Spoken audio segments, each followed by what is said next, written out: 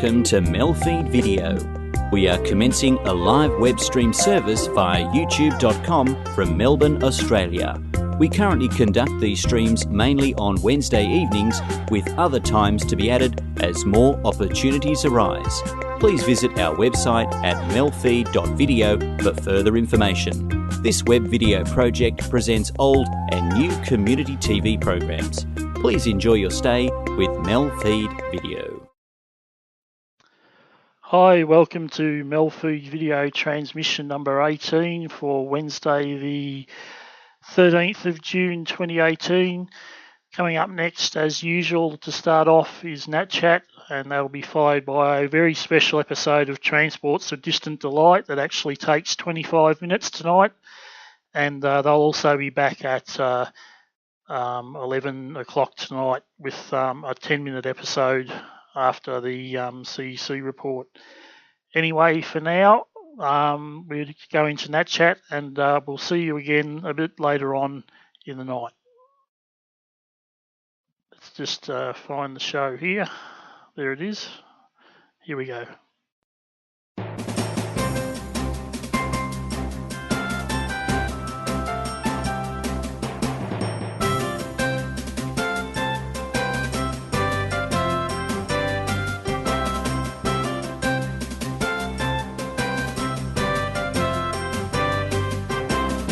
Welcome to NAT Chat. My name is Paul Spanos, and today we continue with the School of Rock.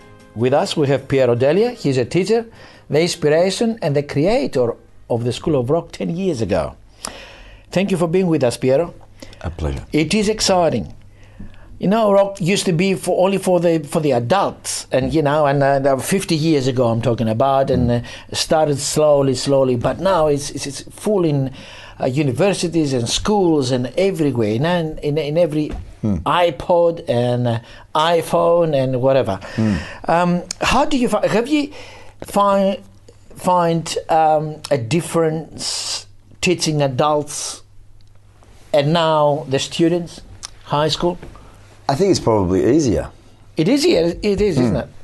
Because I think the adults that we know and work with, parents of these students, when you teach their children music from the Eagles or AC/DC or Led Zeppelin or Deep Purple, many of the parents have actually still got the vinyl records at home, sitting on their turntable, where there were no CDs or iPods or iPads.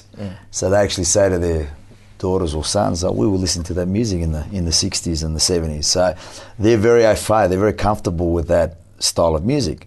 So when I teach, and when I see other teachers teach, especially contemporary rock music, many of the parents will always come up and say, thank you for finally playing the music that we like, whether it be Elvis Presley or the Beatles or the Rolling Stones, or the Nutbush or whatever it might be. So it's just really, really interesting that when these students go home and say, this is what we've learned today, parents generally will say, that's what we grew up with. So there seems to be a lot of harmony between parents and students. And for a lot of parents who are musicians, they love using the word jamming with their kids. They'll get into their garage and they'll get on their drum kit and they'll say, okay, well, let's have a bit of a practice together. So if anything, to my way of thinking, it's actually been easier to see this as a bit of a platform, that parents know the music, the kids know the music, and that sort of there's a bit of a commonality, a bit of a bond between both parents and students. Talking about electronics now, because we touched that, it is easy for me just to put the music on and just to listen to it and enjoy it and dance with it. But do you feel the motivation of physically play the music, get the guitar and go behind the drums, is it more difficult nowadays because of electronics, or continues to be the same sort of enthusiasm? That's a good question. Look, I mean, obviously students these days are bombarded by electronic music. Yeah, that's right. It's there 24/7, where, as you've said, if you want to play the drums, you've got to go into the garage or the shed or the bungalow in your bedroom. Hopefully that the neighbours aren't going to be upset that you're playing at 8 o'clock, 9 o'clock at night. But I think it's there's this place now for it more and more. You see a lot of these TV shows where you see the big bands are performing, the rock bands are filling up massive stadiums. So a lot of these wonderful young students or teenagers are saying, wow, that's what I want to do. I actually want to play physically on a kit or on a keyboard or on a guitar or on a bass. I want to be the front man of the band. So there seems to be a groundswell again. And if you go by sales of musical instruments, there's a lot more things being sold than ever before. Guitars and ukuleles in particular are just running out of the shops, which is great. Obviously, people are starting to say that we want to be able to have our students play musical instruments. So that's great. That's excellent. On the side of creativity, because when you had the Beatles and the Elvis Presleys, and in that era, everything was new. Correct. So a new song, let's create, let's do something, let's expand that, let's move a little bit more, dancing differently. Do you find the same trend of creativity nowadays, or they just have a tendency of sort of let's play what is in there and... Look, I think a lot of the students want to copy the latest trends. And that's fine, no problem with that. The reality, though, I think, is a lot of the new electronic stuff has been, programmed by some whiz-banger computerised programmer. Therefore, it's hard sometimes to replicate and reproduce that sound, unless, you're very, very good at it and you've got all the applications on some sort of a very sophisticated piece of hardware. But when teachers in schools, be it primary and secondary, say, look, we've got a basic drum kit, we've got a basic guitar, basic keyboard, basic bass guitar, they're the instruments that we're going to be using. And the students just quickly go there and go, oh, what's this all about? What's this all about? So there is that, idea of wanting to improvise. There is that idea of wanting to create. And the good thing about this year's School of Rock was that there were a couple of schools that all they played was their original music. Their own original music. Exactly. And they were young students, primary students. And, whilst the audience didn't know their songs, they went with them. And I said, wow, this is new, this is yours. So there is that creativity pool, I call it, where students can go in there and say, look, I don't want to play anyone else's music. And I think that's also sometimes driven by the teachers of the schools. That's good. The teachers are good composers themselves, or want to incorporate literacy, which is the big thing, reading and writing, getting the students to write their own material, working on a melody. All right, there's a guitar, and if you only play 2 chords, go and have a try. And the ownership is very, very important, because when students own something, they want other people to listen to it, rather than being compared to, you don't sound like the singer who actually sang that song originally. And that can sometimes put kids off.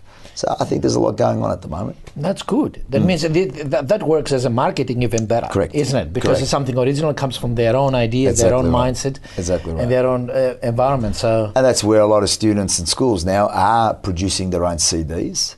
They will call in a recording company, they'll record it at school or go to a studio.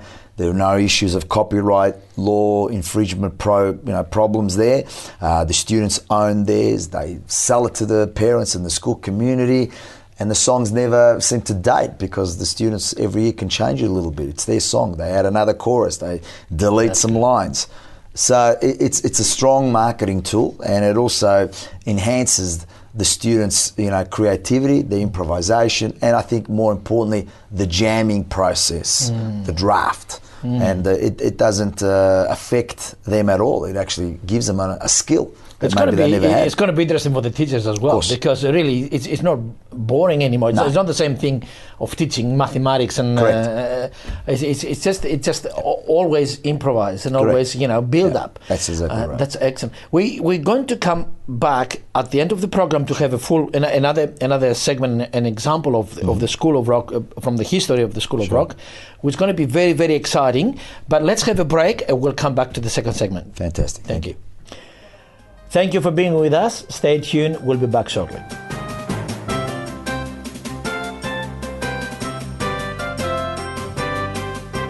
Hot water storage tanks can be a breeding ground for Legionnaire's disease bacteria. You can catch Legionnaire's disease by inhaling small droplets of infected water during showers or other activities. To prevent this from happening, you should never reduce the temperature setting. Tank temperature should be left as set by your plumber. or eliminate the problem completely with a tankless gas hot water system. For more information, visit healthyhotwater.com.au. Every day, in many ways, the Royal Flying Doctor Service takes the finest care to Australia's furthest corners so that all Australians can enjoy the best of health. The Royal Flying Doctor Service has been taking care of Australians for over 80 years. But we still need your help to continue providing emergency rescue and essential health care to remote and rural communities. Make a donation or become a supporter and help keep the Flying Doctor flying. Every minute. Every hour. Every mother and father. Every sister and brother. Every son and every daughter. Everyone you see. Everyone you cheer. Everyone you watch. And everyone you hear. Everyone you meet. Everyone you know. Everyone you love. Everyone is affected. Reach out and get connected.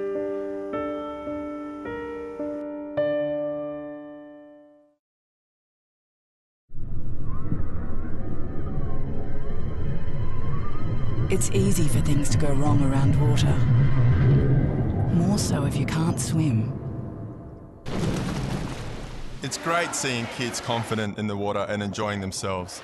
An important part of keeping kids safer around water is learning to swim. There are over 600 registered swimming schools that run the Australian Unity Learn to Swim program. To find one, go to the Swim Australia website.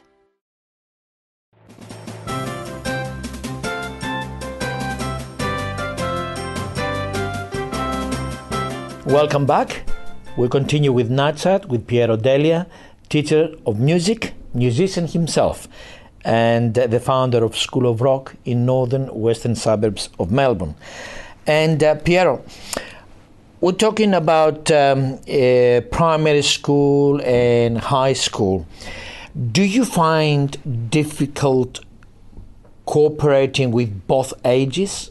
Can both ages work on the same group, for example? Correct. I think that's a good point. Yes, I have no problems in saying that, because I think, as we discovered this year, there were up to 4 schools in the northwestern Victorian region of Melbourne, and what they did was they formed one big super group. Oh, okay. And as a result, there was a lot of contributions amongst not only the teachers, the school community, but more importantly the students. So there were up to almost, I think, 100, 120 students going in, recording, working, collaborating, adjusting, changing the arrangements, working on the vocal pitch, the instrumentation. So that would have been a massive task for schools to undertake. But as a result, they worked really, really well. It gave the younger students the opportunity to work with the older students, and of course the older students to work with the younger kids. And I think it put a lot of harmony in and around that area of Melbourne, and in particular for the parents to actually say, well, this is great for our son or for our daughter, because if they do go to this school to continue their high school education, these are the sorts of programs that he or she will be able to continue with. Yeah. So that was a fantastic achievement, and extremely well done on behalf of those 4 schools. Now we're talking about specifically for rock music.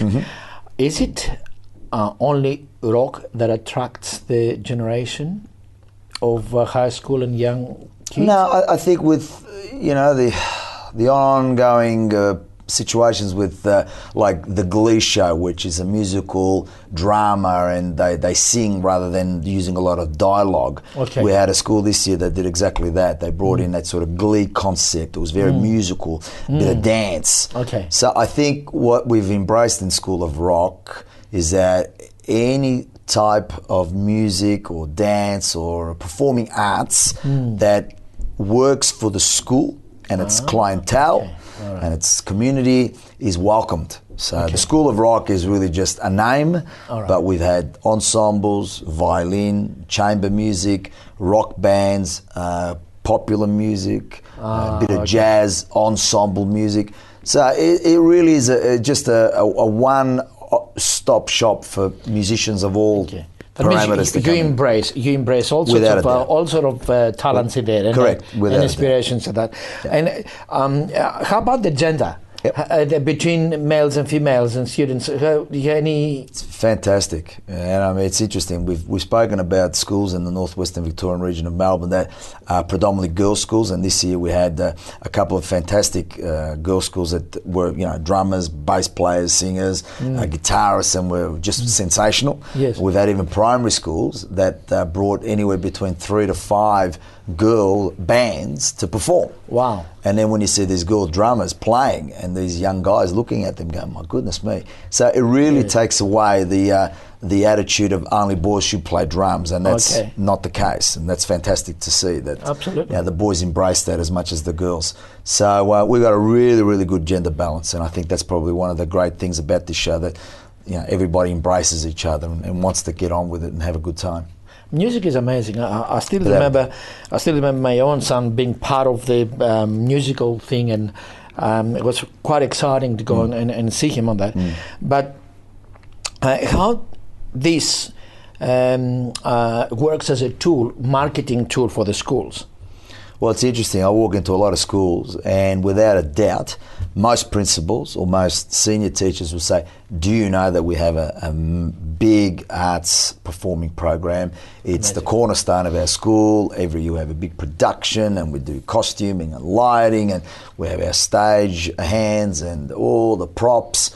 And parents get very excited by that. And it's amazing that a lot of schools now have professionally run auditoriums, great technical people to support them, an array of parents who do all the buying and selling of costumes and tickets and brochures, sponsors. So it's become quite a professional setup for a lot of schools. And even the schools that don't have the professional setup, it's the thing that all parents look for at the end of the year. We put on a big gala concert, and you get 300, 400, 500, 600 parents and grandparents and siblings coming to watch their son or daughter play. So I think the marketing arm of a school that has a well put together performing arts program is something to be admired. Looks like it works like sports activities. Some schools are very, very well known because of the sports activities. Now the same thing but the music really speaks to everyone as well. It's quite incredible. Without a doubt. And do you see healthy competition between the schools if they collaborate together, or do they, or they feel is it positive or negative collaboration between them? I think the collaboration is always positive. I mean, if you're going to go and perform in an awards orientated environment, well, of course, there's going to be a lot of competition, a lot of rivalry. Okay. And sometimes the rivalry is good, and sometimes it can be negative, especially if you don't win when you thought the school was going to win, which can sometimes get a little bit difficult to understand. But School of Rock was never a competition. Okay. It was never designed to be that. Right. Having competed in a lot of shows myself, I just wanted the students to have an opportunity to feel good about their performance, whether it was the first time or in some cases we had schools performing now for 10 years straight.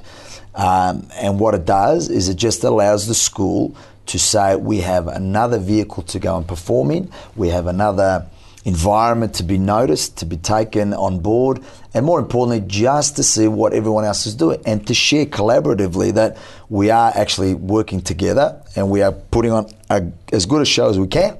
Beautiful. For the school and for the community at large. How does this can expand from your territory, northern and western suburbs, towards country on that side of? Well, our region now expands all the way to Mildura. Okay. So we have a massive landscape, and it's a huge distance to travel. So whilst we've localised it here in Melbourne, the idea, and I call this the music caravan, is to try and take what we've done in Melbourne to the country and say, this is a formula that works. It's ironclad. We know the technical side, we know the audio side. All we need is just another environment to do it in. Amazing. That will work for the country, I believe. Very exciting. Well. This idea, and we close with that, this idea, was it a long time in your mind, or just build it up through the years? I think just before I became a coordinator for the region, that was 10 years ago, it was always something that I'd hoped would actually happen. And then when I was given an opportunity 10 years ago to start my own program, I thought I'll give it a go and see what happens. And 10 years later, we've had 17,500 students go through the program. So I think the program now really runs on its own and speaks for itself. That is really exciting, Piero. Thank you for being with us. And the whole story of School of Rock, I think it is something that is going to expand. And for the viewers, stay tuned. When we come back, we're going to see some highlights from the School of Rock, how the students perform. It is exciting to see.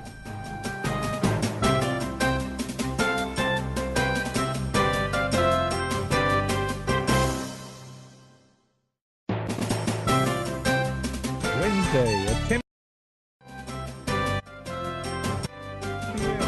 MELfeed.video. Tick, tick, tick, tick, fashion. Tick, tick, tick, tick, fun. Tick, tick, tick, tick, tick, tick, food. Tick, tick, tick, tick, festivals. All make up 15 fabulous minutes. In a half-hour special. Presented to you by Jacqueline and Steve. Every week. Wednesday at 10 p.m. on MELfeed.video. Time's up. Transports of Distant Delight is a mixed selection of transportation pictures from here and there and almost everywhere, but not quite. Some quirky, some mundane, some from the past, perhaps reflecting a transit system that has vanished into history, and some from thriving transport entities that continue to endure despite the constant pressures from the all-pervasive motorcar. Enjoy.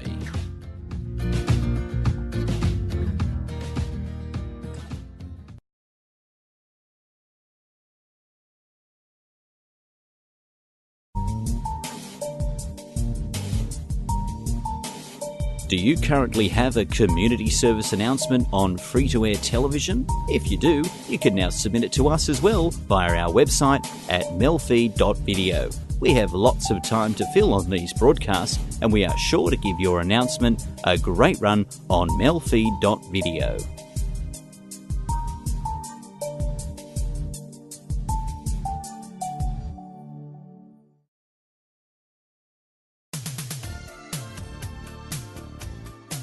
Hi, I'm Darren McElwain from Air FM Drive. You can tune into my show from 3 to 6 p.m. on 88.0 in Penrith and also on tunein.com. And apparently, we don't throw rocks. Air FM Drive.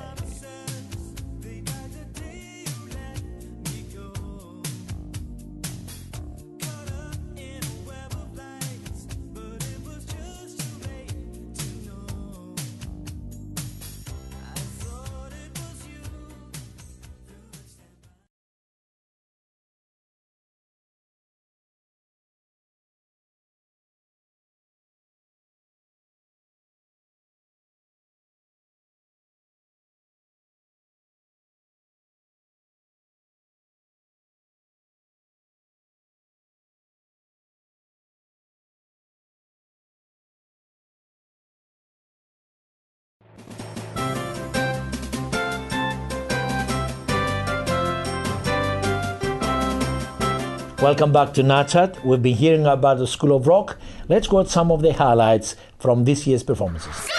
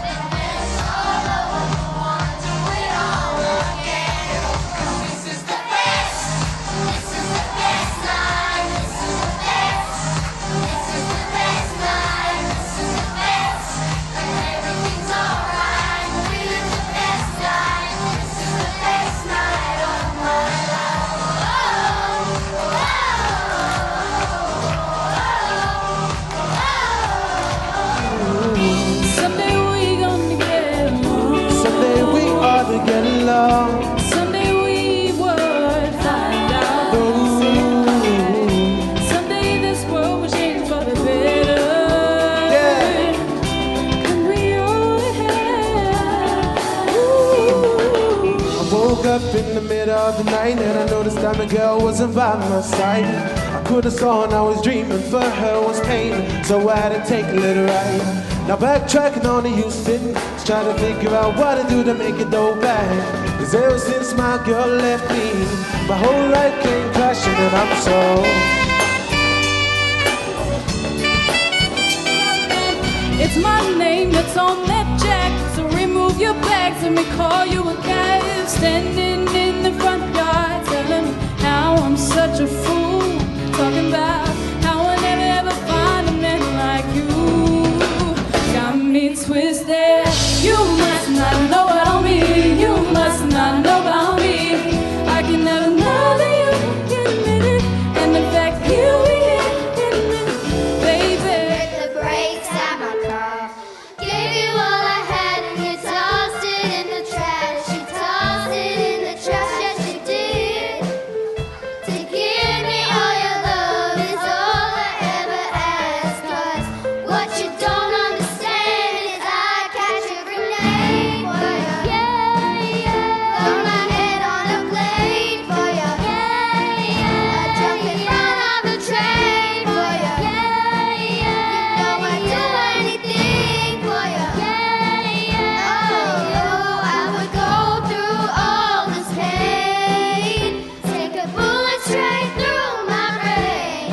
Yes, I would die for you, baby. But you won't do the same. The love that I feel the burn down this river every turn. Hope is out for a little word. Make that money, you watch it burn. Oh, but not that old, young, but not that bold. And I don't think the world is sold. I'm just doing what we're told. I feel something so wrong. Like doing the right thing. I could lie, could lie, could lie. Everything that drowns me makes me wanna fly. There I've been losing sleep. Hey, dreaming about the things that we could be. And I love you when you're singing a song. And I get lump in my throat 'cause you're gonna sing the words wrong. There's a movie that I think you like. This guy decides to quit his job and head to New York City. This cowboy's running from himself, and she's been living on the highest shelf.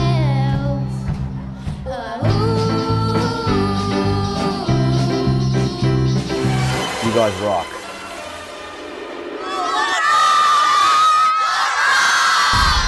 School of Rock rocks!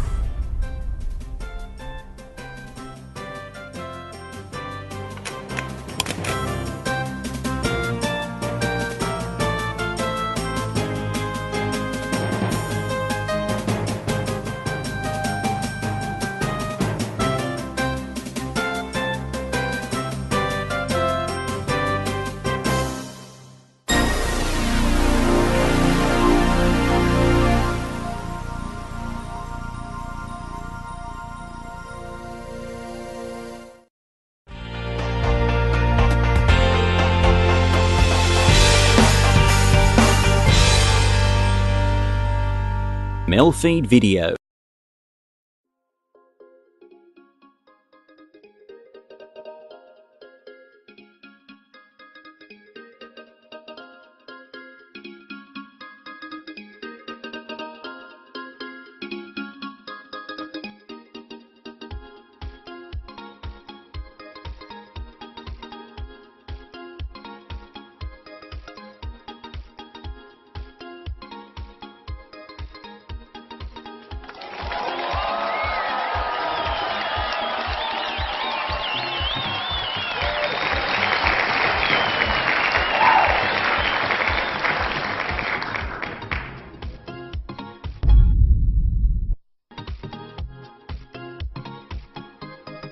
The joint is really rocking tonight as we present, by huge public demand, the one-off blockbuster, Transport and some Places of Distant Delight.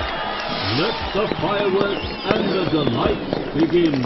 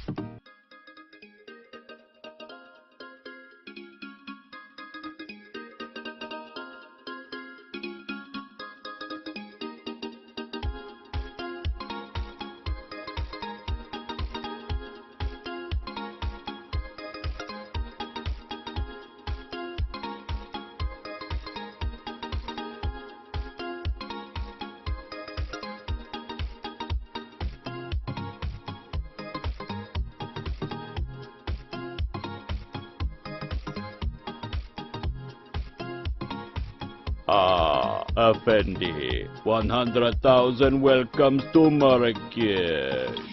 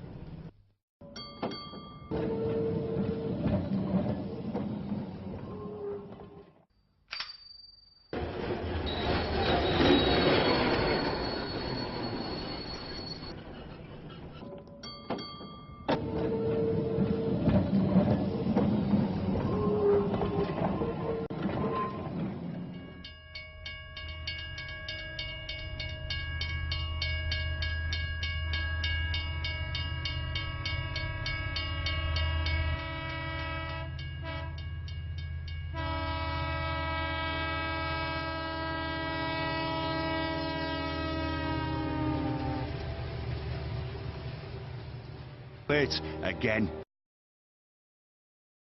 This is the last of the series. Future slideshows may be devoted to glimpses of tramway systems in various places of distant delight.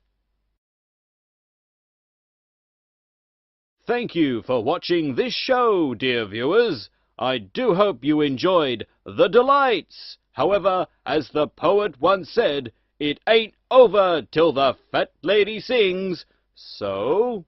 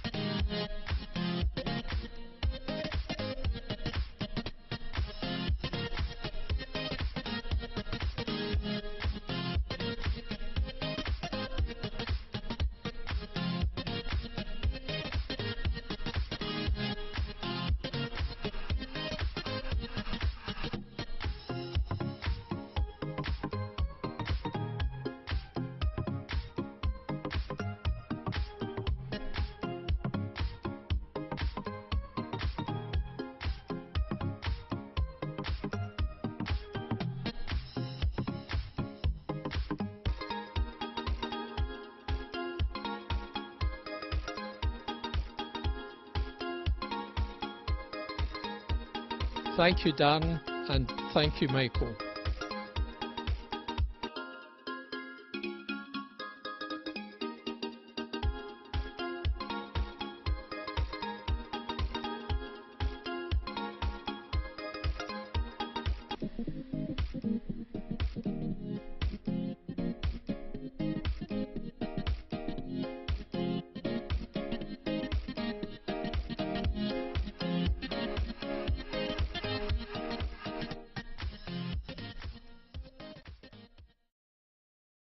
Here's our interview with our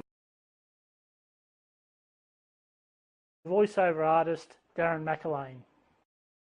Hi, this is MELfeed.video. We're actually in Penrith, New South Wales at the moment with Darren McElwain, who is one of our voiceover artists who's helping us with some voice work on MELfeed. So you'll probably hear him, and you might even see him from time to time. We're talking about that, aren't we? So we might even see you occasionally.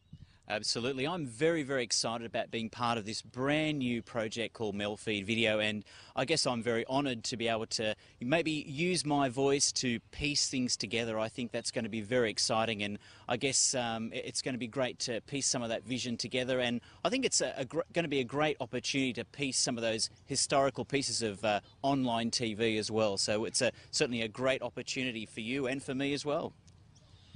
Yeah, so the purpose of MELfeed is to go back into some of the archives of some of the new and old, some of the new stuff, but some of the old stuff that community TV has produced, especially Northern Access Television and Metro TV, which we'll be doing some stuff with. So it should work out pretty well. I think it's a very exciting project because I think as time goes on, some of these fantastic productions can get forgotten about, and I think it's really important that we archive those, we keep showing those things, and I think the greatest part about streaming TV is that people can relax and watch all the videos unfold as they take place, which is fantastic. So what is some of the stuff that you've been up to with your voice work over the years? Well, I'm very honoured that MELfeed are out here in Penrith. This is, I guess, my hometown. This is the home of great 80s music where Air FM, I guess, broadcasts. I do the drive time show here from 3 to 6, and I'm very excited about that. So I guess it's a great way to connect with the listeners, and I guess I've been, you've been able to hear my voice and see some of my things on YouTube, and I guess there's a bit of a history there with television and radio and theatre perhaps, but I'm more than honoured to be part of MELfeed.video at this stage.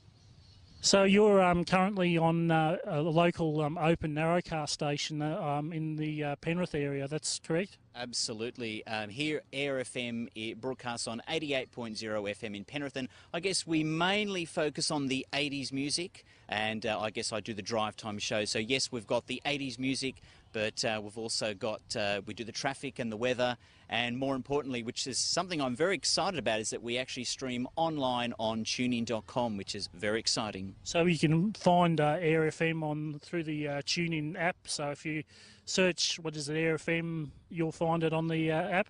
Absolutely. Air FM on the TuneIn app. Just look for, I guess, the coloured logo for Air FM here in Penrith, which you can see the great backdrop of Penrith just behind me, and we broadcast 24/7 on, I guess, on 88.0, and you can also find us on tunein.com. Very exciting. Yeah, so just look for the test pattern logo. That's the one.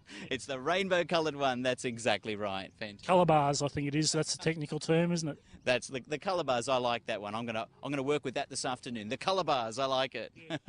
So you're also a primary school teacher in the local area as well? Absolutely. I've been working here in the area of South Penrith for 14 years, and I guess I bring primary teaching and journalism and voiceover acting all together in some format. So here in Penrith. So I'm very, very honoured that I'll be able to do a lot of these voiceovers for MELfeed here from Penrith. Very excited about that one. So some of your talents have rubbed off on the kids too, apparently, you were telling us. I hope that I bring some sort of inspiration in some way, and I guess they certainly, I don't always tell them what I do, but they go searching on YouTube and listening on the radio, and they have a listen to some of the great things that I do. So that's always nice of them to do that. So they're getting introduced to some of the 80s music themselves, are they? I think when they start playing them at discos, it's already a fact of, oh, that's something I've listened to on Air FM, which is very exciting. It's something they've heard before. Okay. Well, thanks for joining us anyway, and we'll look forward to working together in the future with this great project as it gets going. Fantastic, Michael. I'm really honoured to be part of MELfeed Video, and more importantly, thank you for coming out to Penrith today. I'm very excited about that. Okay, and possibly we might try and do some footage around Sydney while we're here. Obviously we're here in October, but we'll be broadcasting on this channel from November, so we'll see if we can do some little bits from around Sydney and a few different places. Fantastic. Our viewers can join us and see lots of the great work that Michael does as well, which is fantastic. Okay. Thanks, Darren. Thanks very much for having me. We'll see you soon.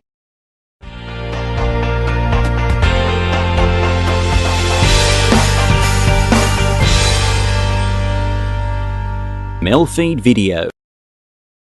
Alleluia.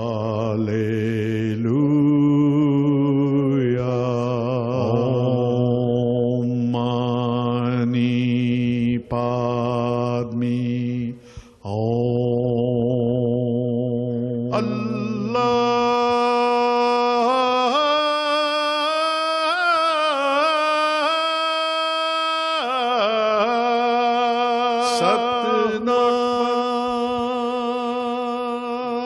You're watching Harmony in Diversity. Norm Curry's my name.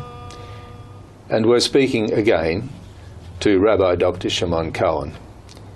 Rabbi, last week we were talking about the Noahide laws. And you established a beautiful description of them, which was such that it looked as though they laid the foundation for a lot of the society as we know it today. In conversation with you, you've mentioned a fascinating word, a word which it would appear that you have coined, hedonimat. Well, this word hedonimat makes a conscious allusion to another similar word which people heard for the last 70 years. If they lived during part or all of that time, it was called diamat. Diamat was a short expression for dialectical materialism. And it was the philosophy which animated as that once vast empire of communism, which we both remember. Mm-hmm. Dialectical materialism was a doctrine which saw a nature and the human being in a dialectical interaction, a series of forms of production which would eventually, according to Marxian theory, lead to the overthrow of capitalism and usher in a new world order of communism or socialism. Okay, we know what became of that. But that was a materialistic doctrine. It also opposed religion. But in our time, we have a new kind of materialism, which I thought might best be called hedonistic materialism. And playing on the diamat, I thought, let's call it hedonomat. And just as diamat was a doctrine which became de rigueur, absolutely entrenched in all intellectual, media, academic thinking in those regions, those societies, so also this doctrine has also become installed with most rigid political correctness in so much of our society, media, academia, and so on and so forth. You must adhere to hedonomat. What is hedonomat? What is this hedonistic materialism? Well, it shares with the old diamat the concept that basically the physical world is all you've got. It doesn't know much about the soul or about God. To the contrary, it is a mixture of ignorance and hostility towards both of these concepts. But what it added, or what distinguished it from the earlier materialism, was, if you like, a Freudian element which focused on human gratification, instinctual gratification. The human being is dominated by the quest for pleasure, and therefore the pleasure and what I called the freely morphing human desire was something which was an ethical benchmark in some sense. And that is why you've had in our contemporary society such an incredible fluidity in the whole concept of sexual relationships and familial relationships and so on and so forth, because the principal notion has been that the human being is entitled to what he or she feels, or she desires. That itself constitutes a standard for morality. Not only that, it tends to merge the human world with the animal world, so that whilst respect for the environment is a fine thing, this hedonomat sees, if you like, the whole of creation as one kind of animal kingdom, in which humans are human animals, two-legged animals, but which they share, they form one commonwealth with nature. And just as animals are instinctual beings, humans are instinctual beings. Let us allow instinct to be our guide. But of course, human beings are worse than animals in some ways, can be, because animals do no more than they're programmed to do. Human beings can be quite ingenious in their aberrations and in their cruelty and in their in the scheming which goes to overturn and uproot traditional values. So basically, hedonomat is a philosophy which is quite indifferent to the concept of existing structures with a hierarchy of values, with notion of differences and different roles. The concept of difference is not incompatible with unity. We are, all of us, different. We have different strengths and different characters. And traditional values saw that different people play preeminently suited to different kinds of roles. Sometimes they could do the same roles. But at all events, it made the human being receptive to values and traditional values. Hedonomat says, what values are there? Let us see in which direction the human being morphs according to instinct and desire. And society will follow suit. There is no... yes. Yeah. When we were discussing last week the Noahide laws, there seemed to be, throughout your considerable description of them, the constancy of reverence. Reverence, how does that fit in with hedonimism? Well, reverence is very important because basically what reverence signifies is that the human being who possesses a soul, not everybody is conscious of it and it's been much repressed in contemporary culture, knows that our task is to imitate the divine, to model ourselves on God's ways and this godly morality. And reverence is the message that that this is our duty. We have obligations and so on and so forth. So therefore, this is a very important thing. But Another feature of hedonomet, which I should have mentioned, elaborated more, is that hedonomet represses the spiritual faculty within the human being. It virtually does not know it. And therefore, it loses that key pilot within the human being, that pilot light or that pilot function, which is to take the person back, so to speak, to those key obligations, those key values for which the human being was created to bring into actuality. So yes, we have to know to whom and to what we owe reverence, but you can't have that without a sense of the human soul.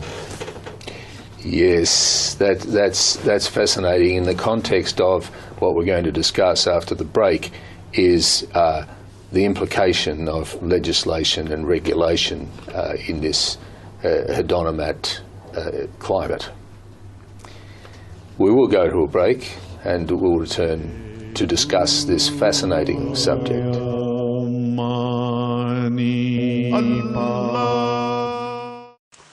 It's always been my dream to represent Australia in the Olympics.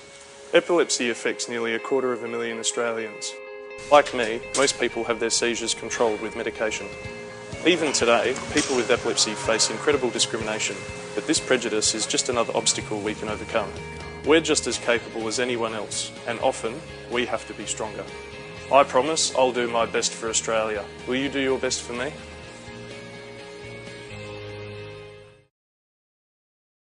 You teach us strangers are dangerous. But someone we know is a much more likely threat. You teach us strangers are dangerous. But who will help when you're not around? Create a world without unnecessary fear. Prepare, don't scare.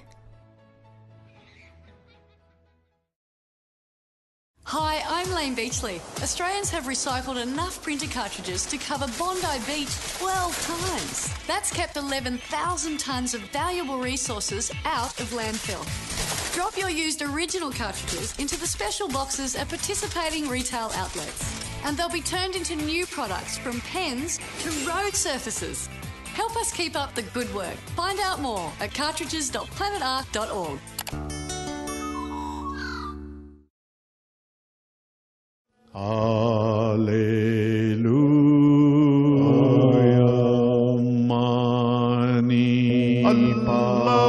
Welcome back to Harmony and Diversity. Norm Curry's my name. And we're speaking with Rabbi Dr. Shimon Cohen. We've been talking about the hedonomat. Rabbi, hedonomatic, and I'm stretching your word here, sits behind, I suspect, things like the Relationship Bill of 2008. You have some views on that. Yes, this was a bill which is a very enigmatic bill, which I think I've only recently come to understand clearly. What does it mean, understand? Why? What was there to understand? Didn't the legislators have a clear intention? The answer is no. As with so much legislation, it was the result of pressures, and nobody really understood, perhaps, what its full import was and its significance and its impact would be. Briefly, in a nutshell, as you know, the law was, as it is now, that marriage is something which can only be between a man and a woman. Now, what you had was a homosexual lobby which wanted to have marriage-like relationships for homosexual couples. And this couldn't be done under the existing federal framework. So therefore, what you had was that the Victorian government, which was the last government, decided to reconstitute the law of de facto unions by pulling out chunks from the Marriage Act and putting it in, so as to make a de facto relationship between two people almost identical to marriage. So, for example, they would not only would there was matters of superannuation and so on and so forth, would they have like a relationship of a married couple, But also, there would be property division upon breakup. There would be maintenance on breakup. There would be a whole series of features in which de facto unions, in fact, came to resemble marriage in all but name. And that was because they basically wanted the equivalent of homosexual marriage, the benefits of homosexual marriage. Why is that hedonimat? Because, as I mentioned before, without in any way seeking to treat without compassion, in individuals' various inclinations. Nevertheless, the divine template does not consider this is the proper union. The proper union is one of man and woman. But society was agitating for this union, together with all sorts of other different kinds of unions. And the legislation therefore responded by saying, we will make you an imitation of marriage. However, it satisfied certain political groups for a short time. It didn't in the long run, because we saw that they wanted more. They didn't want that. They ultimately wanted the full thing. They wanted marriage. They wanted the full stamp of marriage on it, and that came later. But in the meantime, it did something actually quite harmful, this bill. And it did something quite harmful to heterosexual couples. Because what it really did was it endowed a casual, essentially a non-committed relationship, or without the commitment of marriage, with a whole series of benefits, also liabilities, because people don't quite realise that by living together now, they can't simply walk away from each other. There is property division and maintenance and all of that. But maybe I think that's the lower realms of consciousness. But it gave them a whole series of benefits. Now, I think in many ways that's an unfortunate development. I say why? Because really what it did was it rewarded non-commitment. In other words, a person can get together in an essentially uncommitted relationship and have all the benefits. Very crudely put, if you forgive me for putting it this way, we use the expression, if you've got the milk, why do you need the cow? The cow is not a reference to the woman or to the man, but it's just a term which brings out this notion. If I have all the benefits, then what do I need to care for this beast? What do I need to care for this entity? And so this is in fact what happened. And it's a classic case of legislation with far-reaching consequences, which simply responded to a push for a new gratification, for a new kind of wish, basically, in the society, without measuring up that wish, the validity of that wish, with standards of universal ethics and the institutions which are built on them. Yes. So it is, in my view, and a lot of people, and I myself was not quite clear of how the impact of this legislation and what its real impact would be, how it would come out. But at all events, we live in a society in which 1 in every 3 children is born out of wedlock. I think it's most unfortunate. It's a situation because children need a mother and a father. Children need a context of commitment, and all this is done, really, is to create relationships which are fortified in their conveniences and their benefits without the concomitant commitment. Bad for them, in my view, and bad for their children. I'm sorry to put it so bad. I don't wish to offend anybody, but I don't think that a service was done to our society by introducing this bill. No, it tends to be a reflection of the fact, and I think these figures are right, that 70% of marriages are civil marriages, not religious marriages. So this legislation behaves in some ways as though the civil marriages are all there is. The religious marriages. Well, in my view, I disagree with you slightly, because a lot of civil marriages they may not have a religious context, but at least it's a formal contract. Yes, yes. And that formal contract means that whether religion's in it or not, we as a couple commit and voluntarily commit to each other with all sorts of financial obligations willingly entered into. The fact it doesn't start that way. It doesn't start as a public statement of commitment. So it's less than a formal civil marriage. Yes. It doesn't have the reverence element to it of being a union in the eyes of God. But we'll carry on with that point, because we need to have our break. So we'll go to a break and we'll return shortly.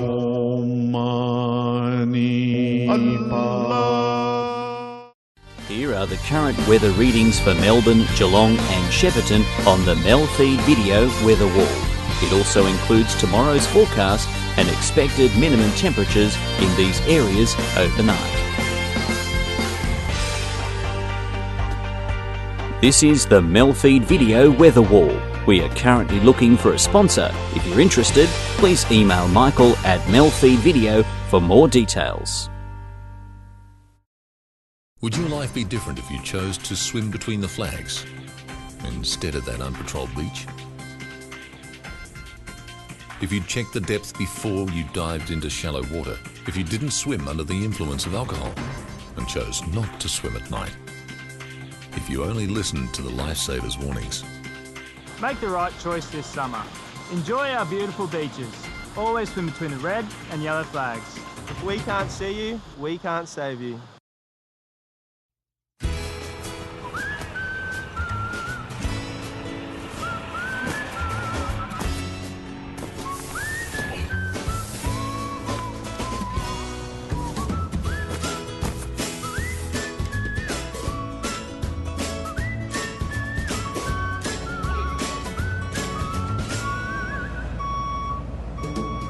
Every new line means 2 more hands. Join us, lions.org.au.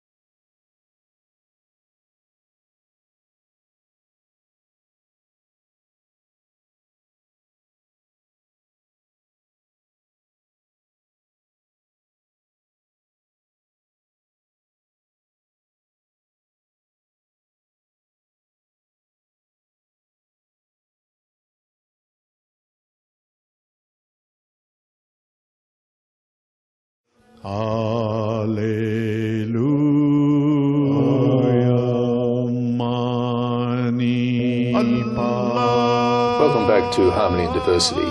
Norm Curry is my name, and we're speaking with Rabbi Cowan. Rabbi, we were speaking about the Relationship Bill 2008. I wonder, I know you have an opinion on this, but can we have a look at the Abortion Bill 2008 and its implications and its hedonimat features, yes. Yes, and also its relationship to the Noahide laws, because as you know, in the last discussion we had, we spoke about the Relationships Bill and how that relates to the ultimate concept of the proper union of a human marriage, which should be which should be a relationship where the partners have actually designated themselves in a formal, committed way, in some sense, or there's certainly a conscious commitment, and that's missing. So that we don't get a very big tick for that particular Noahide law. But another very serious area in which society is lacking is in the area of killing. Now, killing is a word. Everybody would agree that killing is a bad thing, but they don't really appreciate how far that reaches. Abortion is a form of killing. Now, that doesn't mean that there aren't very special and rare circumstances where abortion may be permitted. For example, if there's a real threat to the mother's life, or let us say a baby was a product of incest or rape, or there might be kinds of radical deformity which a child couldn't exist. There may be certain cases. However, the regime of abortion on demand, which this bill in 2008 brought in, is something which is clearly against the Noahide laws. And again, it's driven by a materialistic and hedonistic culture, hedonimat, as you've put it. As I put it, the word seems to be getting currency on this program, at least. At all events, this was of course a law, or so-called a law which responded to a body or a group of people who said that that a woman has a jurisdiction over everything in her own body, including this life. And no questions can be asked about her ability to dispose of it at any time up to 24 weeks, which is what the bill allowed. Bang, no questions asked, abortion. And beyond that, up to birth, if she could get two opinions to support it. Now, this notion that she has jurisdiction over another life, because it's within her body, is not something which is true, according to Noahide law. As we mentioned, maybe it was the previous program, she doesn't really have jurisdiction over her own body, because we said suicide is something which is not permitted, morally acceptable, because our body and our soul are something which God gave us for a purpose. It's not ours to dispose of at will. It's given in trust. Now, if our own body is not our own, surely the little body inside is also not our own, also to dispose of at will. So, this notion, however, that I can do what I want, because I feel this and I feel that, without a legitimate, really legitimate reason for doing so, based on universal ethical grounds, is again a terrible expression, in my opinion, of the hedonomat culture, which I should tell you also goes as far as proposing sometimes that a child up to the age of 1 month could be killed. There are those who unfortunately propose the notion that if this person is a life, here's a child with a Down syndrome, is a life which they deem as not a reasonable life, not a life which could be properly enjoyed, etc., then you could kill a living child. This is an extreme extension of it. It's called, I think, it's a post-birth abortion, or some horrific concept of the same notion. Again, the notion that if this is something which pains me, or pains what I think would pain the bearer of that life, I can terminate it, because I'm entitled to that. I'm entitled ultimately to the fulfillment of my own wants in themselves. So this is something which is very bad, and it's deeply destructive, because when life becomes disposable in this manner, then it leads also to, it doesn't matter where it leads, it's bad in itself without a slippery slope, but it leads to a euthanasia. It leads to voluntary euthanasia, it leads to assisted suicide, it leads to this infanticide, which I think is the most grotesque of all manifestations of the same thing. It is a disrespect for life. Life which God gave, which has value in itself, and this is a very important thing. You see, the notion that a life which is not performing all of the functions that it wants to, let's say a terminally ill person, or even a person who's mentally retarded, all that looks at is the physical dimension, physical and mental dimension. It doesn't recognize that there could be a very special spiritual existence within that person, a spark of God, something divine. Again, hedonomat shows its complete tone deafness and its blindness to the spiritual within. What's being suggested to me, I'm thinking back in the 60s, I'm thinking back to the me generation, and I'm just wondering whether that me generation has not planted the seeds which have given rise to this hedonistic focus. Well, that me generation was unphilosophical hedonism. What we have now is philosophical and principled hedonism, and that's hedonomat. And the notion, there's a terrible arrogance, and everybody now identifies it as political correctness. It's installed itself as a doctrine in many of the corridors of academia and media, bureaucracy, and so on and so forth. And the abortion bill actually brought out its degree of hegemony in our society, because it contained a clause which is really almost unparalleled in the whole world.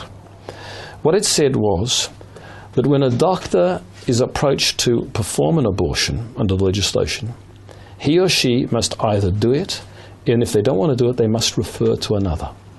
Now, the knowledge that a person with a conscientious moral objection must refer to another, must facilitate it, is a deep invasion of conscience. In fact, the doctor is compelled to do an act. And this is in the case of how hedonomat has actually entered coercively into our culture. Yes, it's quite, when you put it in that context, it's quite frightening. But what we have is even more frightening is time itself. And we've been discussing what's absolutely fascinating topic. We can't go next episode, but would you agree to coming back at some later time to speak further about these issues, Rabbi? It'll be a pleasure. Thank you very much. You've been watching Harmony and Diversity, and thank you for watching. Baha'u'llah,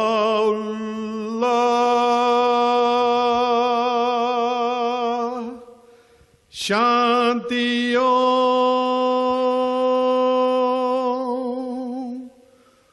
Allahu.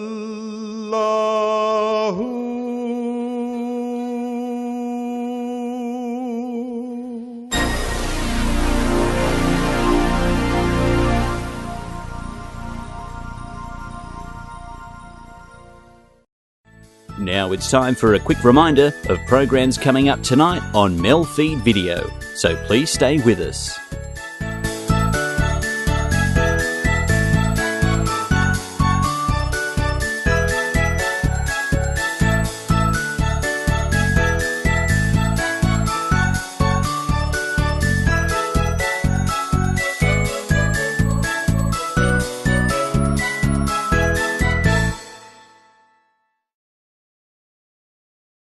This program is proudly sponsored by Overload Poetry Inc., producers of the Melbourne Overload Poetry Festival, and by Westward Poetry, the Western Suburbs' premier poetry reading.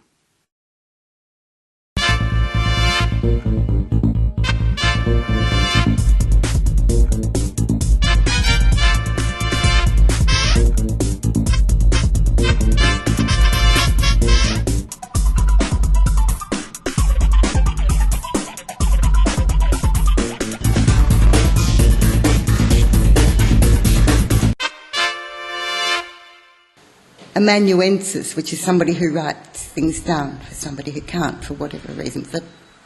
Amanuensis, a jar of seashells chosen each for no particular reason or difference, the slant of light perhaps on an enamelled pattern, a periwinkle's exposed inner spiral, an abalone shell that's lost its sheen, nothing taken alive. What's here's been wave-tossed and shifted twice a day for years around rock pools, or stranded with seaweed at the tide line where sun and salt bleach out all traces of biography. The sea coughs up words that choke in the throat. We surface or drown. Vanitas. We exist in the merest fraction of the quantum interval, between one time-space reality and the next. All else is illusion. The future atom has not yet decayed. We have not opened the box. We have not seen Schrodinger's cat. The past exists only as chemical imbalances on neurosynapses in this incredibly complex and incredibly delicate biological computer called human brain.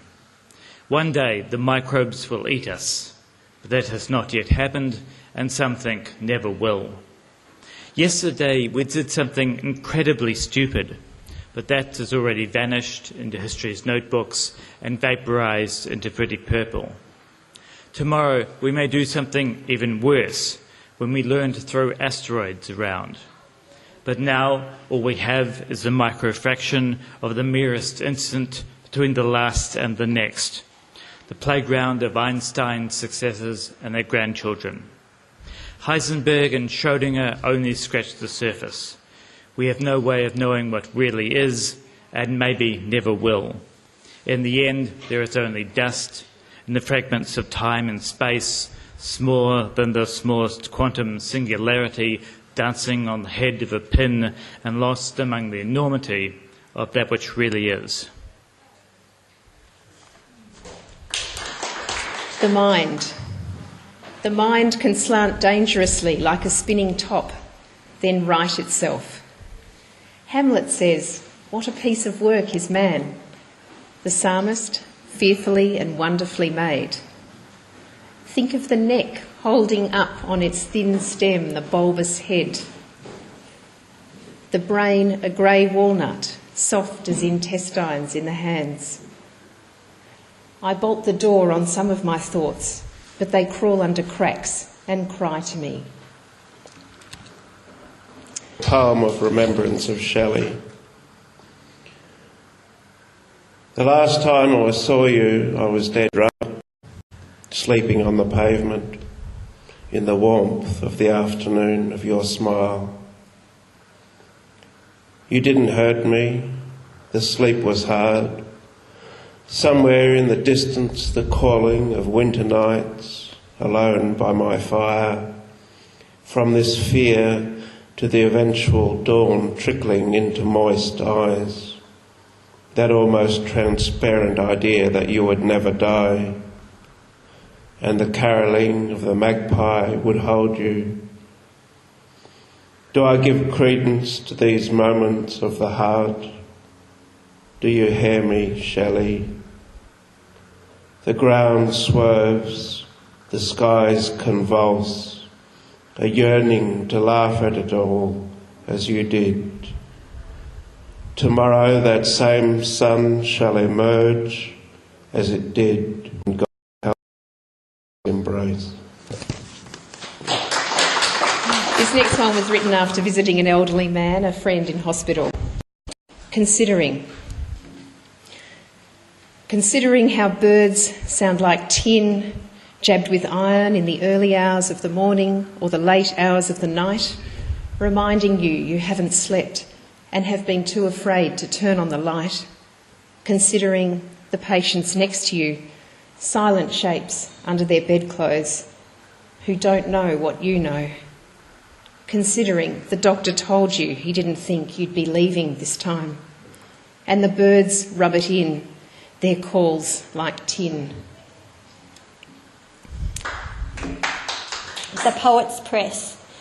Dressed to express and set to be, launched upon a dance unevenly, deflecting comments step as surely the slow bow of poetry.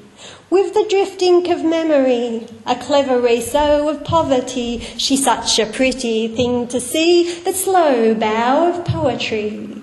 Cutting in comes swift mercenary, pressing spin-dock lines of infamy. You cannot get far without money, the slow bow of poetry.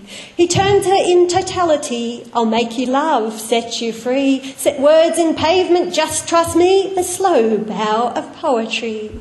In her grave uncertainty, she sways, I don't know really. In making art, I'm feeling me, the slow bow of poetry.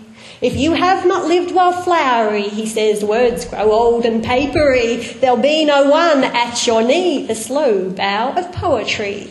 Let us escape and publish lively of bed and boarding bravery. I have the inspired wonder key, the slow bow of poetry. I may not be good company, she says sometimes words are slovenly and leave me stuck for toast and tea, the slow bow of poetry. I reel trip reverse you knowingly, hope to wake face to face laughingly, swing feet to match thought meaningfully, the slow bow of poetry. Will I, won't I, do I let it be, counting the beats internally, it is rhythm and move, love essentially, the slow bow of poetry. Thank you. In conclusion, I said I would walk and write poems, woke and remembered the light of snow, a starry night. It may have been a painting or the trip to Warburton when I was 3. You speak lightly of libraries, a light year, a bright year. How thin the ice between us. Is a bridge possible, or have I signed for more time in the bathysphere? I've charted the paths of anglerfish electric, blue pulsations of the self-illumined, felt the pressure. It is many long years since I called you beloved. A woman performs her best android, wise to the threat of Stepford wives. Now I'll reread The Man in the High Castle, focus on the spin of gold coins in freefall, how like the sun they flicker off on, like us, like one view of electrons. Japan and Germany win and lose the war, the Allies lose and win the war on the park bench with Mr. Tagomi. On my honour, I wait on both sides of the way. Revelations. After rain, the visible spider's thread, each pine needle's prism blinking on, off. The Kmart Christmas tree is lit up too.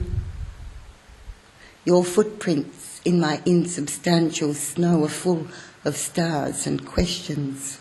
I file the evidence.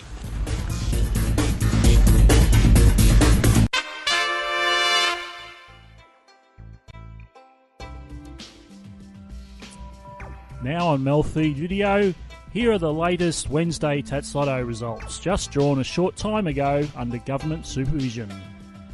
All results shown are subject to confirmation.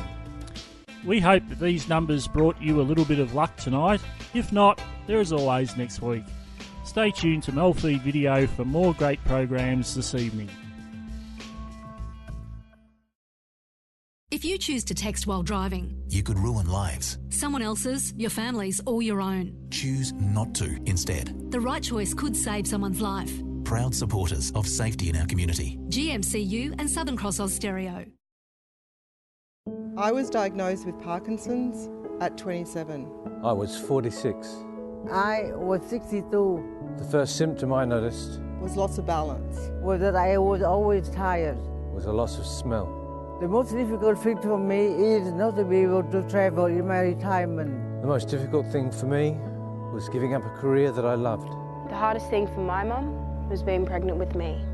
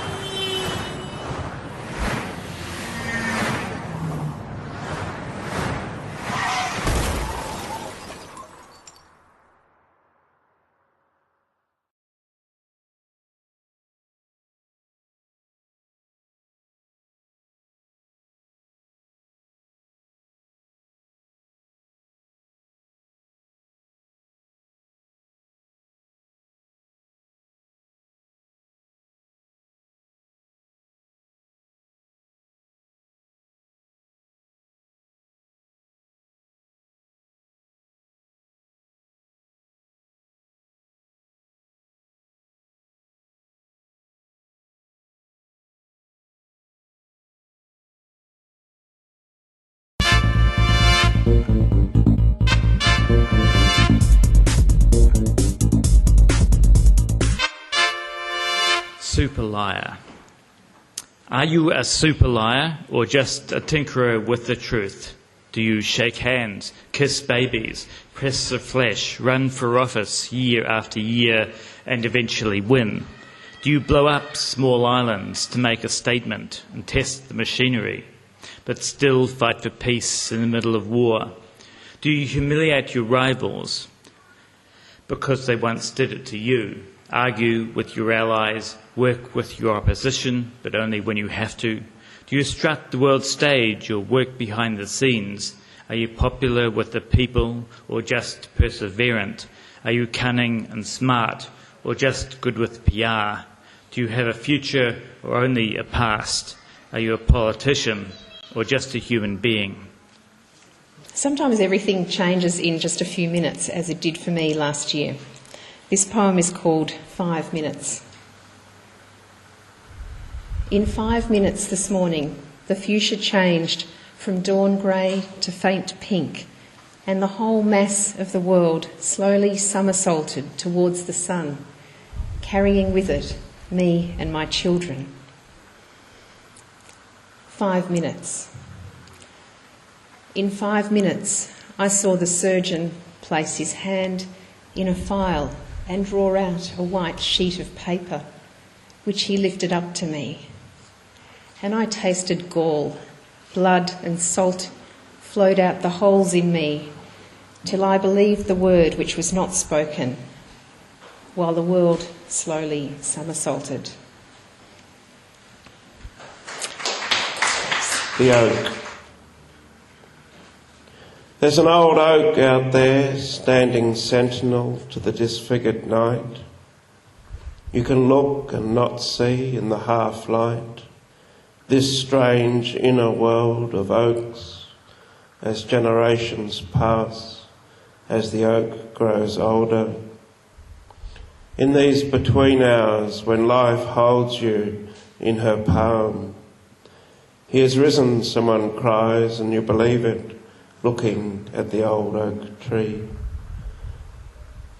The poverty of silence, listening by the old oak tree, to break through that barrier of bone, a corpse in winter, like an altar on which we lay ourselves bare. Okay, this poem is called Freedom from Andre Breton, and it's a response to Andre Breton's poem Freedom of Love. My wife, with the hair that tells the history of the hunt. My wife, with the waist where the two planets that orbit in different directions meet. My wife, with lips that flower the pain of the landscape, with thoughts to extinguish all thought, with the teeth of crumbling churches, with the tongue she swallows souls, with the tongue of hibernating snakes. My wife, with the tongue of an empty bed, with brows of the shade and damp of a cave by the sulphur sea. My wife, with eyelashes, with ashes in them, with the forehead of a frozen lake. My wife, with shoulders of melting snow and the sun that melts it. My wife, with switchblade wrists. My wife, with fingers of rain that break windows, with fingers that pick up threads.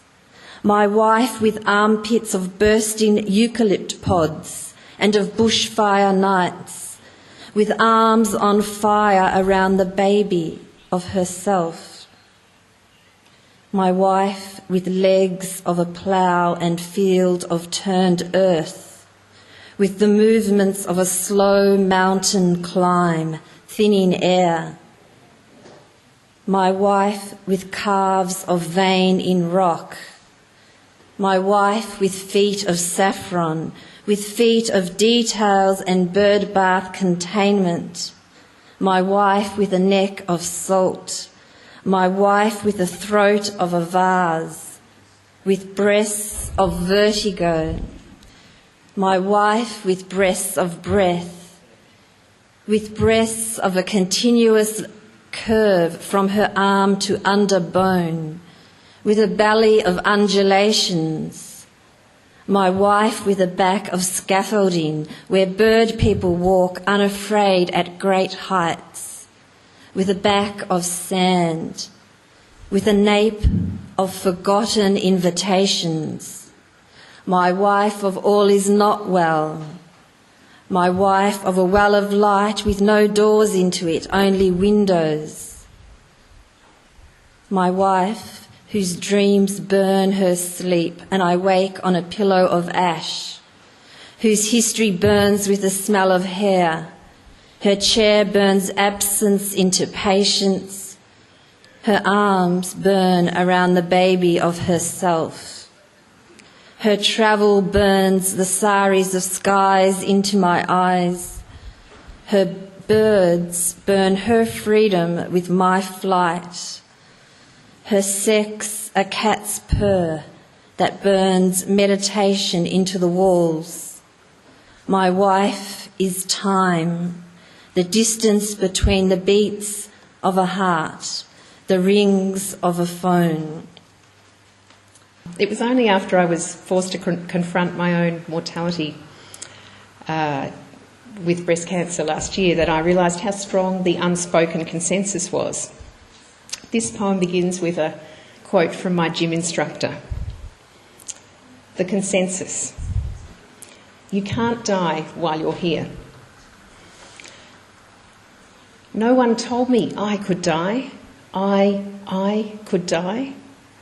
I never spoke of it to myself, but hushed and promised it was so far off, it was virtually impossible. Other people, oh yes, but no one told me I could die. At the gym, we all agreed none of us could die. Just look at us in our workout clothes, pounding the carpet, sweating under weights. In coffee shops, school playgrounds, shopping centres and parks, the consensus was overwhelming. Even my teeth told me as I flossed them each night, we'll be with you a long time yet. But I've discovered death everywhere, in each bookshelf, phone call, shopping strip, friendship, and found it growing lustily in my body.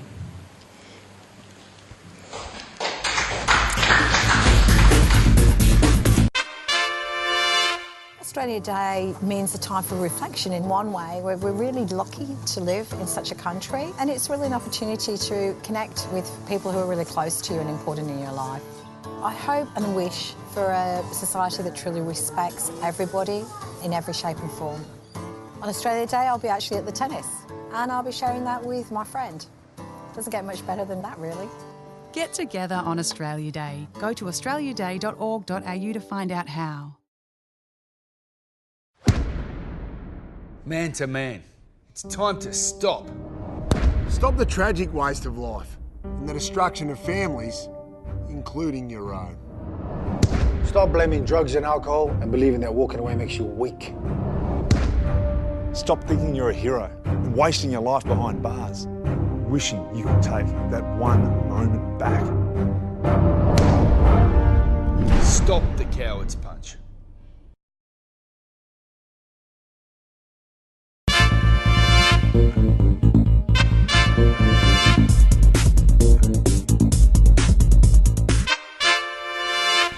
And one little last one that I wrote a couple of years ago after reading the American poet Denise Levertov.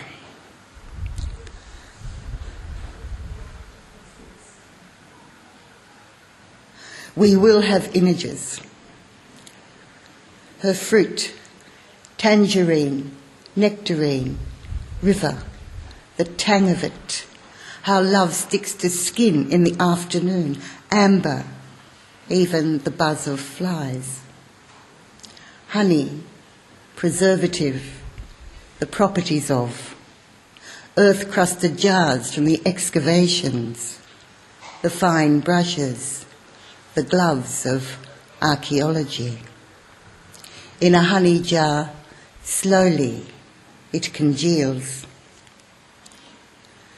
Images are not enough, but we will have them last in the wake of the world that's leaving.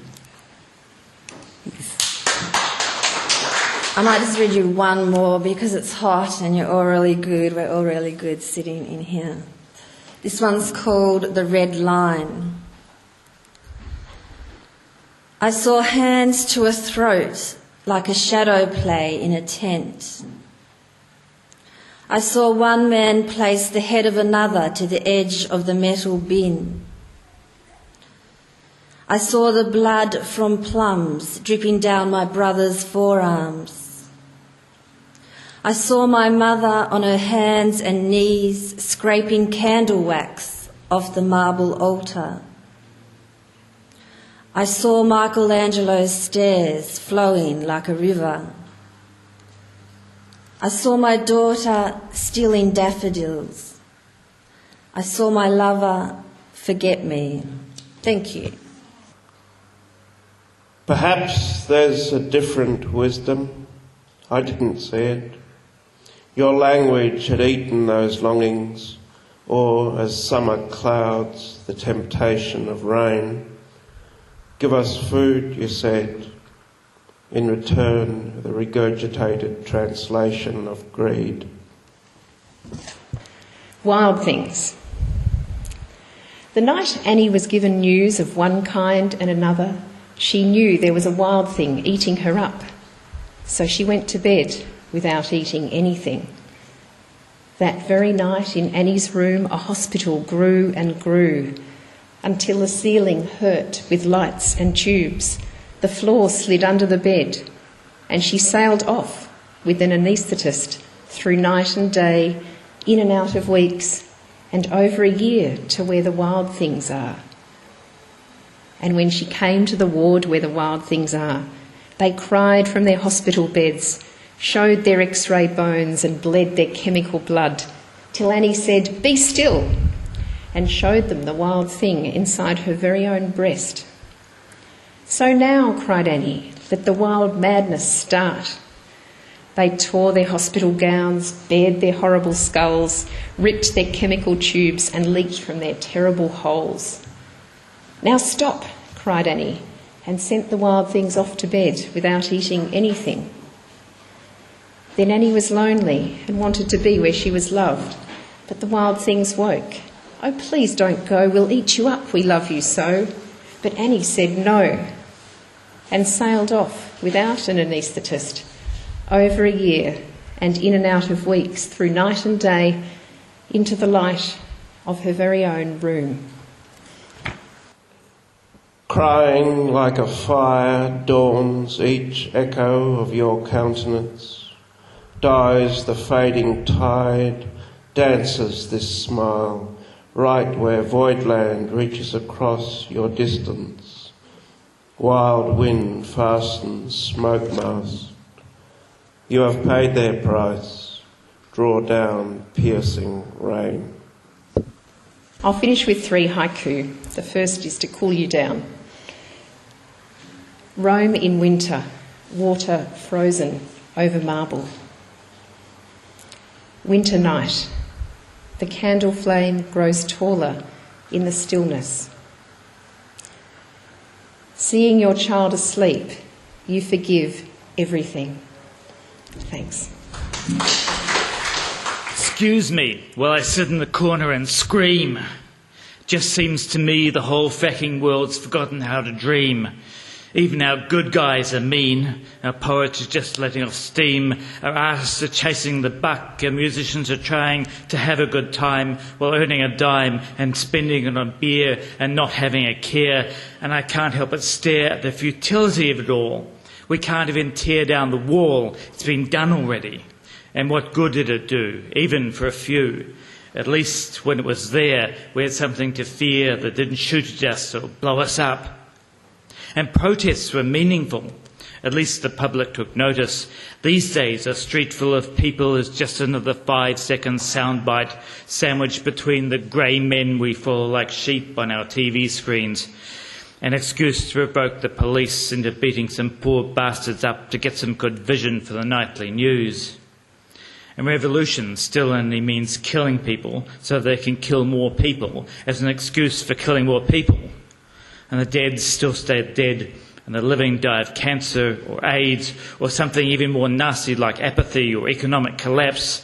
And most people just find some excuse to fry their synapse with some sort of drug or other stimulus like money or power or sex or pain and death, and have run out of breath. So I think I'll just go and sit in the corner and scream.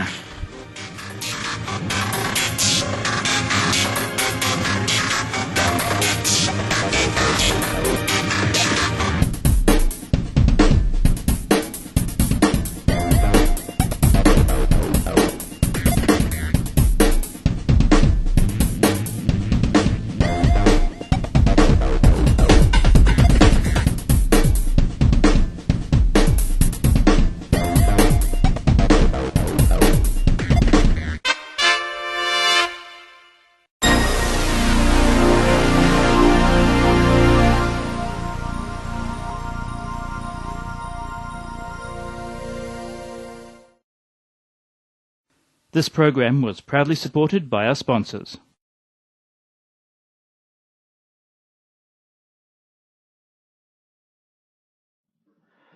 Hi again, sorry about the little mistakes we've had tonight, but that's what happens sometimes when you try to run a TV station tired, I guess.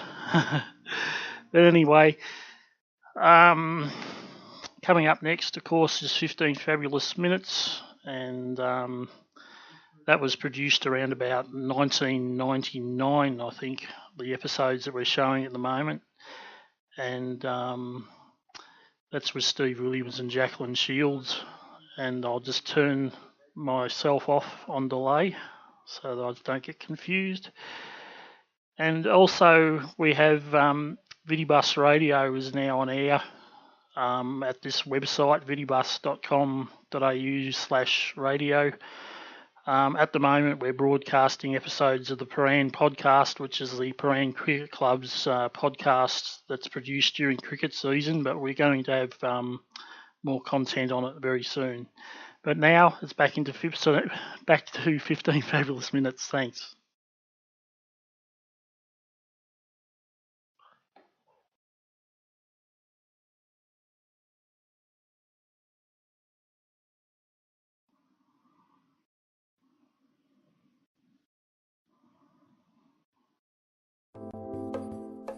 Well, we have a short amount of time to fill on MELfeed video, but our next program will commence shortly. In the meantime, here is some music.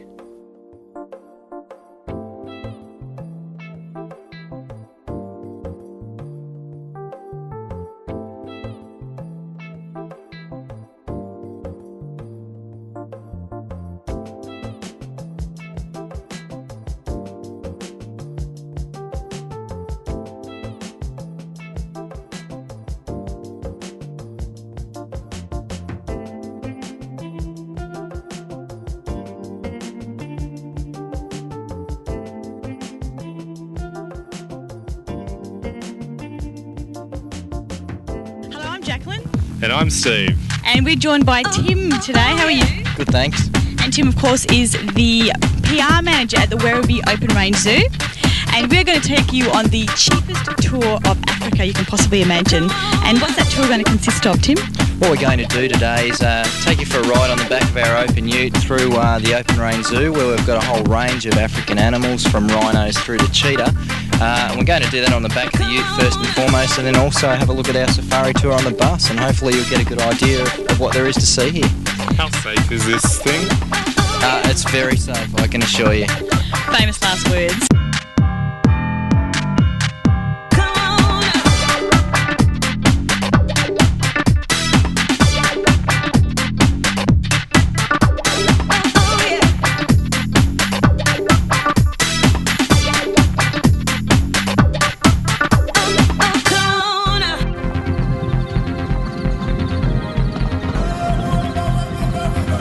As you can see over my shoulder, we've got eastern grey kangaroos and emus, which are endemic to this part of Victoria. This exhibit actually replicates a grassland environment that once dominated this part of Melbourne, and these animals, as you can see, feel quite at home here.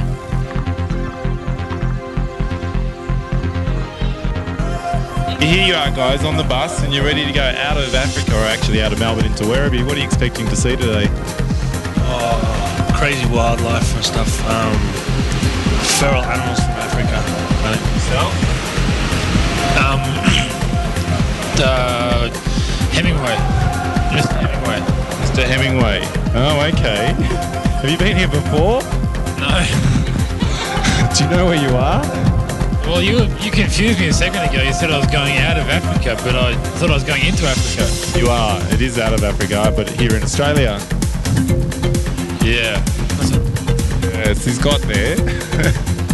So, have you been to a Werribee farm at all before? I have, yeah. I've been on this bus tour like a few weeks ago or something. So you thought, yep, some friends? Yeah, so show them what it's all about. Well, enjoy your trip there. Thank you. Don't get eaten by any sort of unknown species, okay? Alright. Animals over my shoulder are North African addax. They're actually believed to now be extinct in a while. They're an African antelope species. We're involved in an international breeding program for those particular animals. And as you can see, there are a number of small calves that were born here about 6 months ago now, so we've had quite a good success rate with that program. I think we're being chased. We're being chased by the rhino now. It's coming up from behind us, and we've got to get out of here before we have another rhino bumping up the engine of the truck here. So put on your hat, sit back and ride the Rhinestone Cowboy Ride.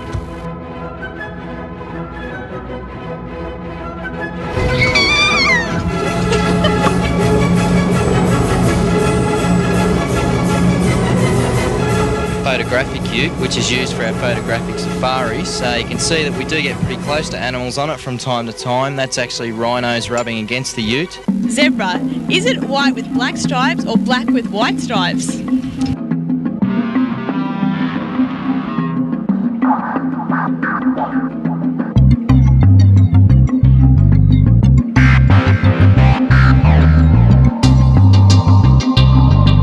Our zoo's involved in a regional breeding program for southern whites. We had 4 animals come in from South Africa in October last year. They are actually in an off-limits area at the moment, being conditioned to meet our existing rhinos, and hopefully in the not too distant future we'll have young rhinos wandering the plains at Werribee. Bit of a zebra crossing, but that's ridiculous.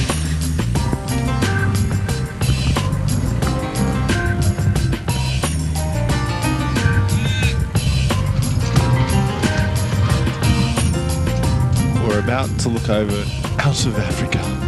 Come join us. So far I've had a lot of wind, dust and bruises on this thing. It's doing pretty well, I must say. Lost my hat 4 times. Wonder why. This is our lower savannah exhibit. As you can see behind me, we've got a range of African species living together, including Chapman zebra, eland, giraffe and southern white rhino. This is the most popular area of the zoo, and it's a naturally formed floodplain of the Werribee River that actually quite resembles an African landscape. There are plans for us to actually have more rhinos and giraffe down here in the future. Hello, I believe you both just got off the bus. We did, yeah. We had a wonderful time. It was the second time we've actually been on the tour. We came about 6 months ago with our nieces and they enjoyed it then. This time was just as interesting. The animals were really quite close to the bus. It was wonderful. Were you surprised at how close the animals you could get? We were actually, because last time they were quite a distance from the bus, but this time they were really up close and the driver explained everything very clearly for us. When we were actually on the bus, the rhinoceros got quite close. It was a bit scary. How did you feel about that?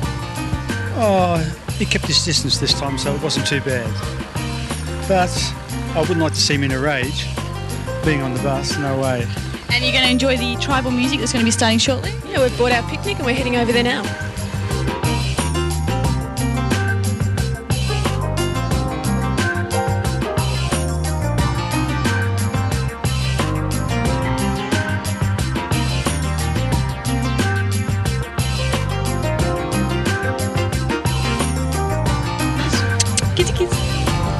No takers, just my luck. This is our Asian exhibit. We've got 4 species of animal here, including Asiatic water buffalo, Samba deer, Indian antelope and chital deer. These animals are herd species and, as you've probably seen, move around together. And this is one area where you'll see numerous species living in the one exhibit. We call that mixed species exhibit. And what that basically means is it puts animals that would live together in the wild in a similar environment.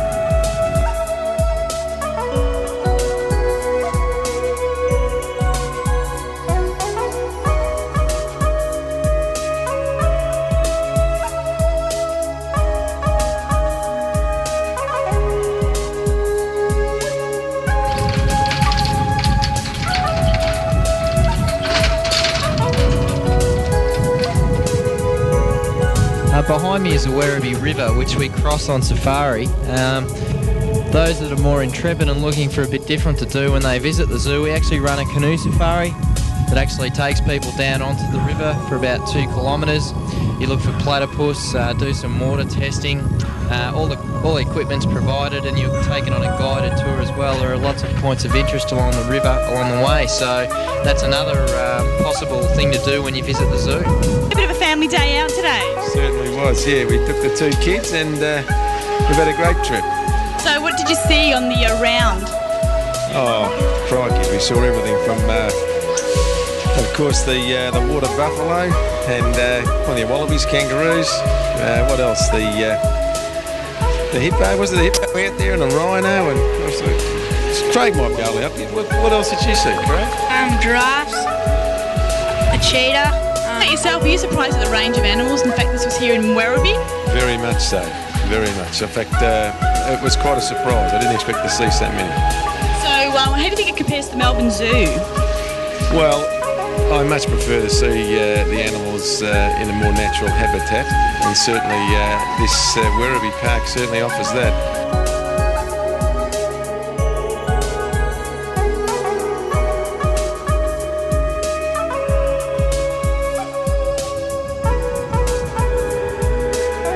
We're at the hippo pond at the moment. As you can see, there aren't too many hippos to be seen. It's quite windy today, which can affect hippo behaviour. We've got 2 females in this pond behind me. Hippos are probably the largest animal we have here, or one of the largest, and probably one of the most unpredictable, in that some days they're fully submerged in the water, other days they're up on the bank. So it's a bit of luck of the draw when you visit as to what you'll see when you come through the hippo pond. I can assure you that viewing can be a lot better than what it is today, but if we wait around for a little while, we might actually see them come up for air.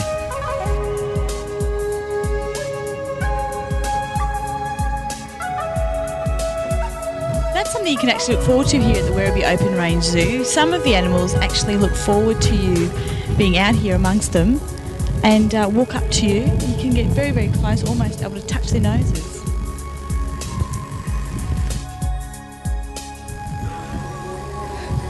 A fantastic experience, and one that you won't actually experience in the zoo.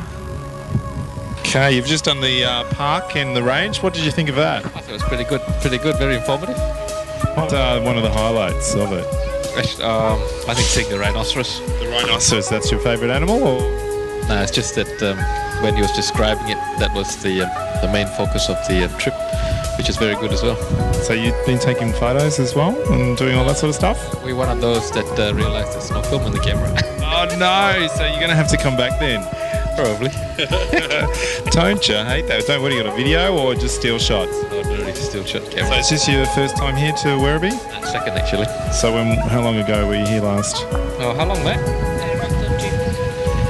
About 2 months. 2 months. Okay, so you come sort of regular then? Nah, not really. So you'll be back next month with more film? Hopefully. So what are some of the tips you need when you get here besides film? A hat is a must? Yep, a hat. Sunblock. Sunnies. Anything else? Money. Money. And what's your favourite animal? I don't know, hippopotamuses. Hippopotamus. Did you actually get to see the hippopotamus? Did you actually get to see the hippopotamus? Yeah. How many were in the lake? About 3 or 4. 3 or 4. Oh, we just got to see them for a very short time. There you go.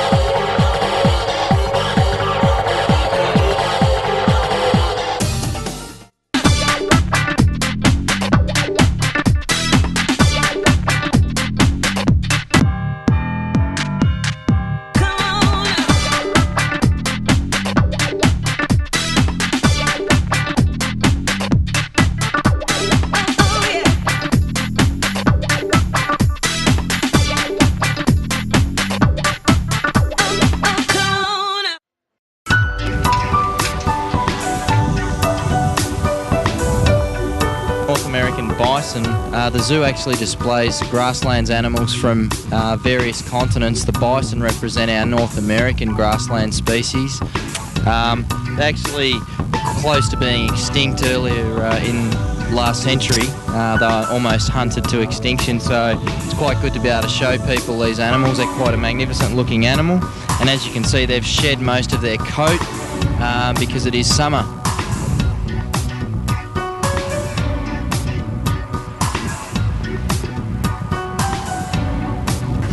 We're about to go on the Volcanic Plains walk. The Volcanic Plains exhibit is a unique exhibit that replicates the Western Basalt Plains of Victoria, which is one of Australia's most endangered ecosystems. So there are lots of rare plants in there.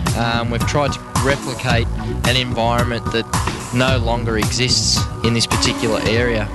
Some of the plants you'll see, for example, are kangaroo grass, which are grassland species that once dominated this landscape. We'll go and have a look and see what we can find.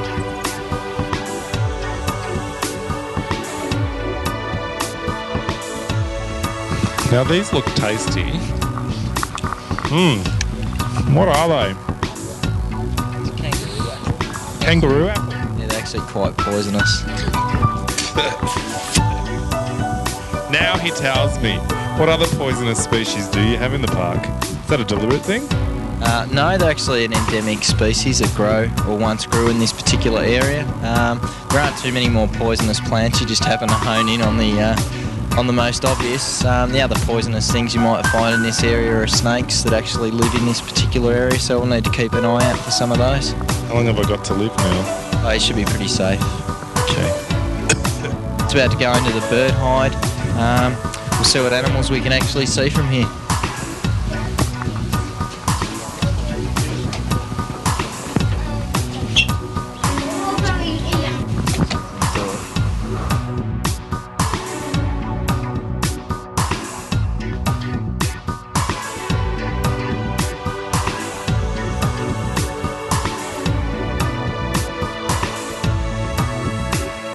This particular walkthrough area here has a lot of signage that talks about the grasses and the plants and the importance of this ecosystem. A lot of the signs are actually helped put together by Aboriginal people, so they have a really local focus.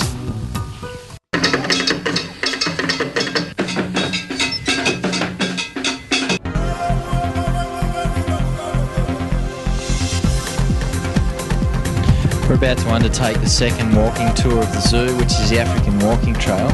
On this tour we'll see zebra, meerkats, vervet monkeys, serval cats and cheetah. So come along and check it out.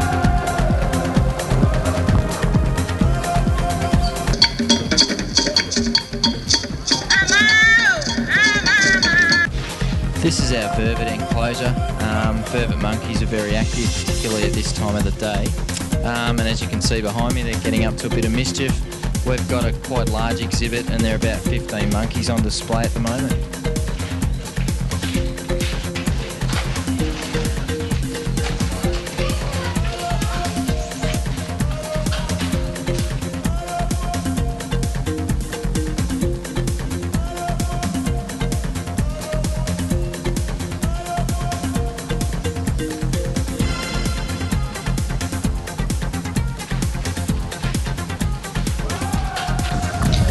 This is Turkana. She's a serval cat.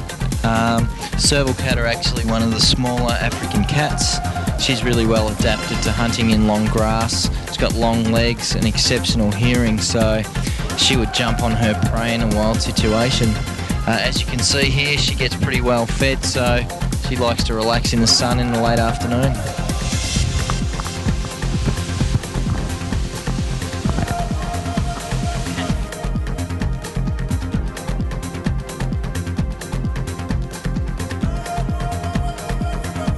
I manage the animal collection here, so that encompasses a broad range of things from keeping animal records and sourcing animals from other zoos for display here to managing the collection here, deciding what we're going to breed and what species we've got addax that are an endangered desert antelope, scimitar horned oryx, and we're about to complete our cheetah breeding facility and we'll get them set up for breeding. We've got a number of females coming, one from Monato Zoo in South Australia and another female coming from a cheetah breeding centre in South Africa. So that one hopefully will get up and away in about April, May this year. We're at the cheetah enclosure at the moment, and it's late afternoon, which is ideal time for viewing cheetah. They'll actually get up and move around. That's pretty much a normal routine for them, because this time of the day is when they actually get fed, so they become quite active, looking for something to eat.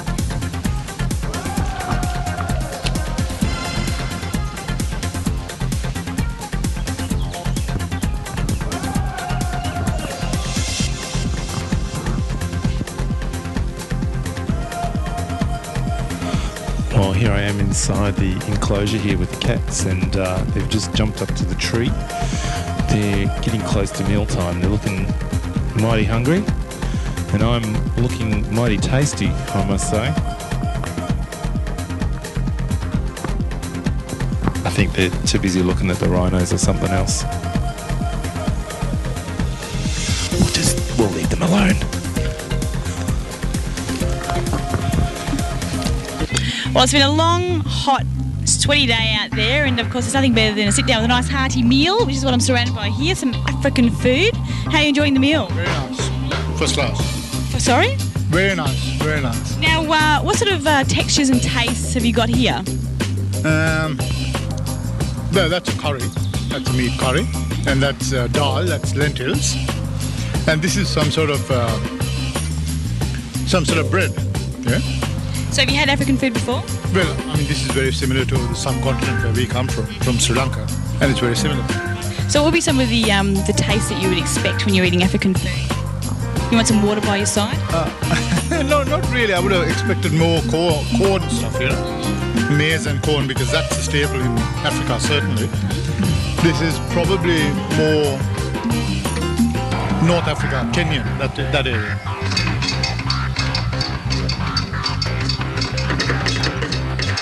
This is a fantastic way to spend a weekend here on Saturday or Sunday. I'm trying some traditional African meal here amongst the African music. If you miss out this year, don't worry, there's always next year. Absolutely wonderful. I think we'll talk to the chef about it, because he makes delicious food here. Spicy! Water! Someone give me some water! Now, what have we got on the menu this afternoon? Well, this afternoon we have got 5 type of Ethiopian cuisine. And by the way, Ethiopian traditional food is all about 75% vegetarian. But a lot of people, they think vegetarian dish is not tasty. But you've got to try this one. I can't explain it, but when you taste it, you know it's actually quite delicious. It's not just plain vegetarian. Very spicy? Very spicy, and then when it's spicy, it is also very agreeable to your stomach and very healthy. You can eat as much as you like, not to worry about putting on weight. Fantastic, I like something. You just come down for the park itself, or you do the whole safari and everything? The safari and the walks, yeah. So is this the first time you've actually been here? Yes. And what did you think of it? Quite good, actually, yeah. Quite impressed. Favourite animal? The rhino. Now, why is that? You guys have got the rhino as well as a favourite animal? Pretty much so. The giraffe, why is that? They're gorgeous. Tall, and you want those kind of legs, do you? Yeah? There's quite a few options for cuisine here at the Werribee Open Plains Zoo. And here I believe we've got some more authentic African tucker. Hello, how are you this evening? Hi, good. Thank you. Fine. Fantastic. Now I believe we've got some authentic African tucker. What have we got here on the menu? Well, ours is actually the barbecue one. And they do the authentic African food in the other African hut there. And we provide food for the Aussies who are not that adventurous tasting the African. This is for like those people that go to Chinese or Asian restaurants and decide to use their knife and fork and not the chopsticks then? Yes, or order a chicken schnitzel. Yeah, so we do that. But so you've got something for everybody then? Yeah, and we've got vegetarian too. We've got veggie burgers and then we have chicken sausages if you don't want beef. With the African Royal Drummist, and we've got the big drum here. How long you guys been drumming for? About 15 years. So something you've taught is something not natural as rhythm, but you use these sticks and not your hands. Is there a reason for that? This one, yeah, because it's high, and you need a high, big volume. So we need to use this because if you use your hand, you won't hear the sound. You can hear the difference, you see. But if you use, you see, it's much louder. Yeah, much harder. So how long does it take to learn to get a rhythm going together? We pick it from a childhood because some of them were brought from a royal family. So straight away from birth, that is what you pick. So music is part of African life.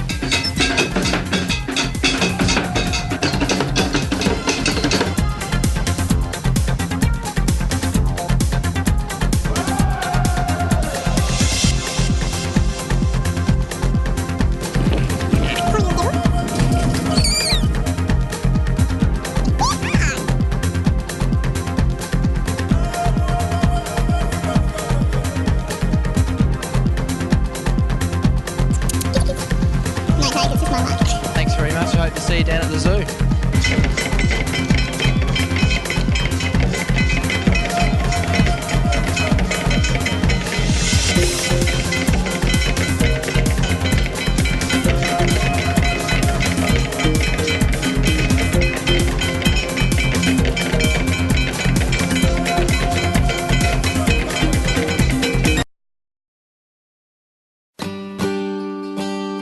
I didn't think this could happen in Toowoomba. And then I saw it on TV that night. It really opened my eyes. Whenever the community comes to us and says we need your help, we do whatever we can to assist. It is a great feeling to be able to help your neighbours, to be able to help your community. Each Lions member and each Lions club in different parts of the country, we're totally different. But we have core values that are the same. They remain the same for any Lions member and any Lions club anywhere in not just Australia but around the world. Anything that you can think of that you want to do and support and help, Lions are doing it right now somewhere in this world. I think Lions need to tell their story. They need to let people know the amazing things that they do. The three major streams that we have in Lions are the community service that we do for the public, health and medical research, and the disaster relief. We're out there to help people. If you love helping people, get out and help. Join a Lions Club.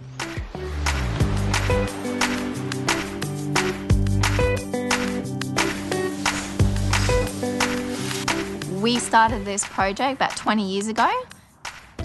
All this gear would normally go to the tip. We recycle it and give it to someone less fortunate and where it is needed in the world.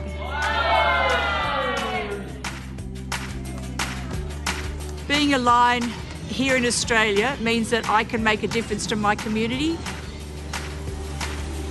But most importantly, it's inspiring other people to get out and be part of their community and make it a safer and a much happier and better place to live.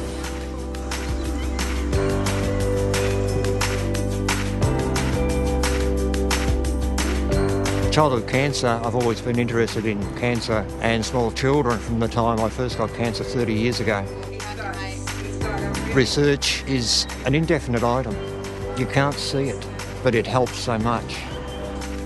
I'm here managing the money and the relationships, but other people are out there raising funds and bringing in community support. Without all of us working together, we can't affect change. 2 more extra hands at any function, any working bee, anything we do, 2 more hands can help us raise more funds, can help us serve our community better. I went to my Lions Club and I said, I got this idea and I think it's a little bit crazy, but I think we could raise some serious money doing it. And it was to run 100 kilometres. And the club said, okay, if you want to do this, whatever you need us to do, we'll be there 100%. And I'm pretty proud to say that together we raised just over $16,000. So we blew the target out of the water, and I think that was due to a lot of the support that I got.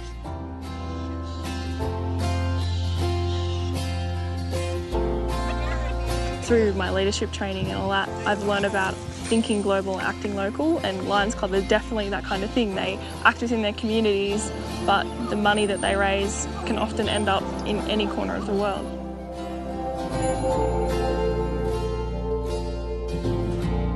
As an individual, I could only do so much, and whilst it was my burning desire to try and help these people, having an organisation such as the Lions family to call upon to support me and those people that were working with me just made it possible for us to achieve so much more.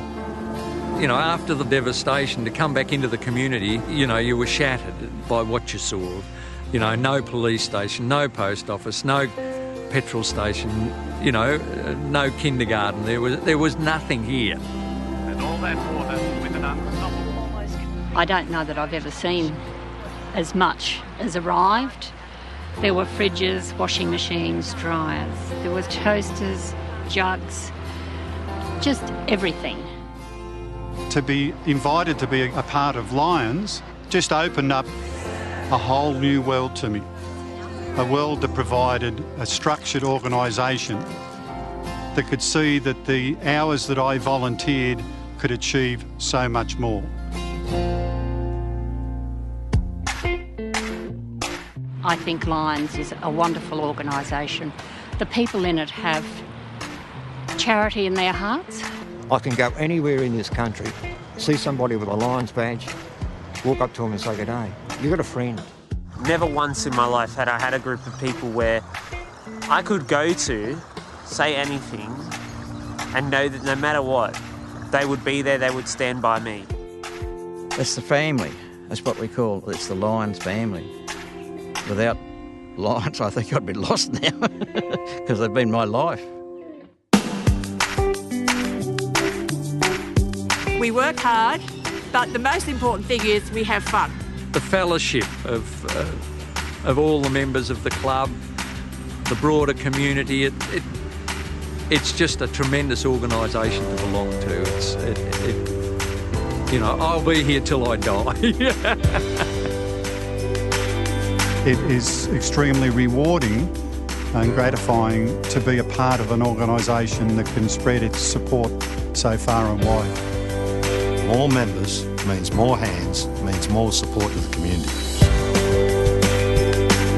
I would encourage everyone just to give it a go and see if it is for them, because the return that you get for giving to others is amazing. Get out there, do something wonderful, be part of this fantastic organisation.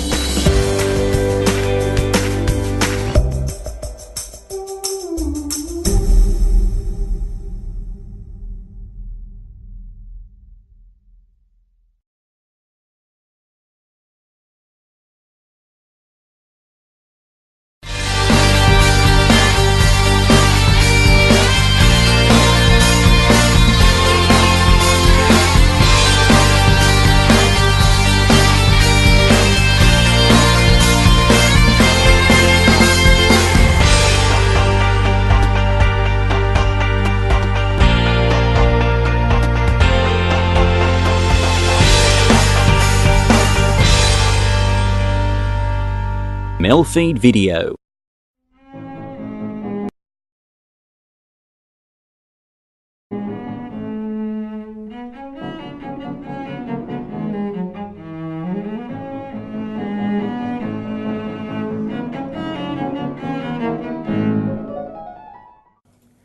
Welcome to the CEC Report for the 8th of June 2018. I'm Elisa Barwick, and joining me today is CEC leader Craig Isherwood. Welcome, Craig. Yeah, thanks, Elisa. And on today's show, new economic Armageddon warning for Australia, and who's telling us to fear China. So firstly, new economic Armageddon warning for Australia. Now the backdrop, before we go into the details of Australia, is that the IMF is warning of a new crisis, a new crash. It's connected to the corporate debt bubble in particular, and there have been warnings both from Standard & Poor's and Moody's rating agencies warning of a new wave of corporate bond defaults, particularly starting in the United States but spreading worldwide. That's the global backdrop. The backdrop here in Australia is a rather interesting one too. There's a mammoth backlash against the banks, and that's been true for a while now, since our campaign against the APRA emergency powers, which were passed in mid-February, which gave APRA, our Australian Prudential Regulation Authority, the power to confiscate certain investments of the people in order to save the banks in a crisis. But it's also escalated since, of course, the Royal Commission, which has been ongoing. Now, finally, though, the update in this situation is that criminal charges are beginning to be brought against the banks, the big banks, which is always what has been denied under the modicum of too big to jail, you know, because bankers internationally have said, oh, we can't take up charges against the banks. This could crash the entire system if we were to do so. So criminal charges this week have been levelled against ANZ, Citigroup and Deutsche Bank, who colluded together to keep ANZ shares from crashing at the time 3 years ago when they put out a $3 billion share issue.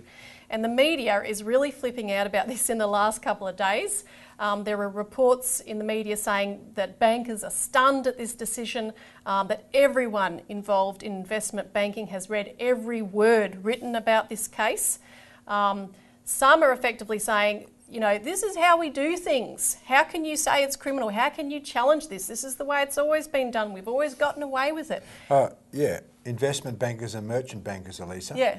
That is the nature of these guys, and that's why we're pushing for and need a Glass-Steagall separation of the banks, where you separate out the normal commercial banking system, you know, which is what we call the boring banks that just deal with loans and mortgages, deposits and so forth, which are fully secured because they're government guaranteed and protected, from the attitude that these guys are self-confessing to, that, you know, we actually are criminals by nature from the way that we want to dupe the public, manipulate things, get into inside trading.